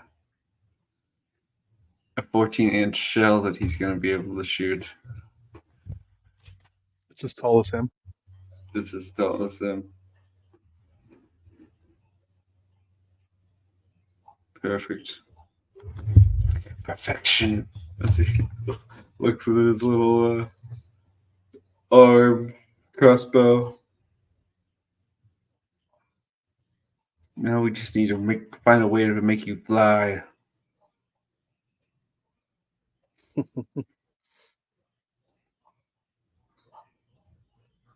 At what point are Penny and Norm gonna team up and put Smallman on Smooch's back? I already see it happening. Totally a matter of time, yeah. I mean, I can see it happening now too. And I love that you told Smooches to listen to uh, Smallman before Norm. Um,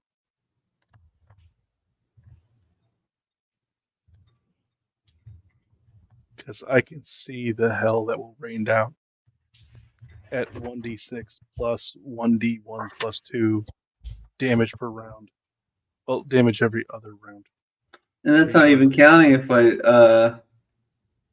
I don't make them poison needles. Mm-hmm.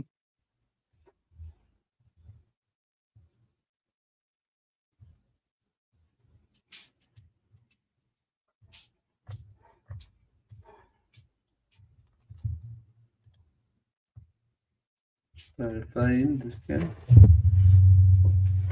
take a chance. Reading rainbow. So, as the morning comes, so unless you guys are going to actively RP most of the evening, we are not going to just take watch like this every single evening. So this is we are going to go ahead and close out the session here as we begin the new day. But for large spans of days, we will just kind of skip over them. But I wanted to develop you guys into the habit that things are occurring, and the events of very quickly how much your lives have changed, and develop certain new understandings and techniques into your characters, and really see how things are going to evolve and start pushing those um, things that you've shown me that you want to start doing in order to be able to respond to those things. Um, I know you haven't gotten any new things as of yet, Penny. Just remember, you have an intelligent dragon as a sidekick, and as they continue to grow, um, they're a fucking dragon. That That's my they're son you're about. talking about. Yeah. You bet And it is.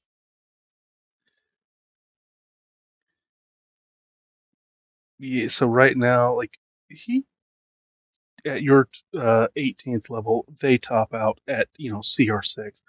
And it's just a CR6 dragon as a backup for everything. So all the time. So that's something we have there. Um, let's go ahead and say our goodnights before we lose the internet again. Uh, thank you all so much. We love you for your support. Please check out the VODs. You can find us, of course, on Facebook, Twitch, YouTube. You can find Mikey across the TikToks. You can find all of us on the TikToks. You can. Does anybody want to give out their where they can find you? Not tonight. It's late night. It's a late night. You can't find All me. right. I dare you to try. Okay. I can do it in 2 seconds. Don't actually do it. It's I can just do it not in 2 seconds. exciting. I'm not Hey, present on Fen, social media. That's all. Just tell me in private. Then I can just privately message him. That way, it's like, I found you without doxing. Haha. So, Responsible thank you doxing. so. I like it. Yeah. Well, dude, I'm in Florida. I'm not driving all the way to California just to do this. I'll just take a picture of your house on Google Maps, and then It's so much better. yeah. Um, see, guys, we make jokes, we have fun. Uh, thank you guys so much for coming out with us. Oh, do we got to all do it at the same time?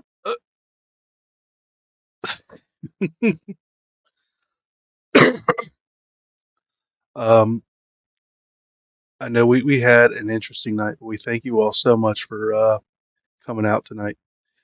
Um, please don't forget to check in, obviously, with Mikey for everything. And in that time, we just want to tell you thank you so much, and we will see you in 2 weeks. Good night.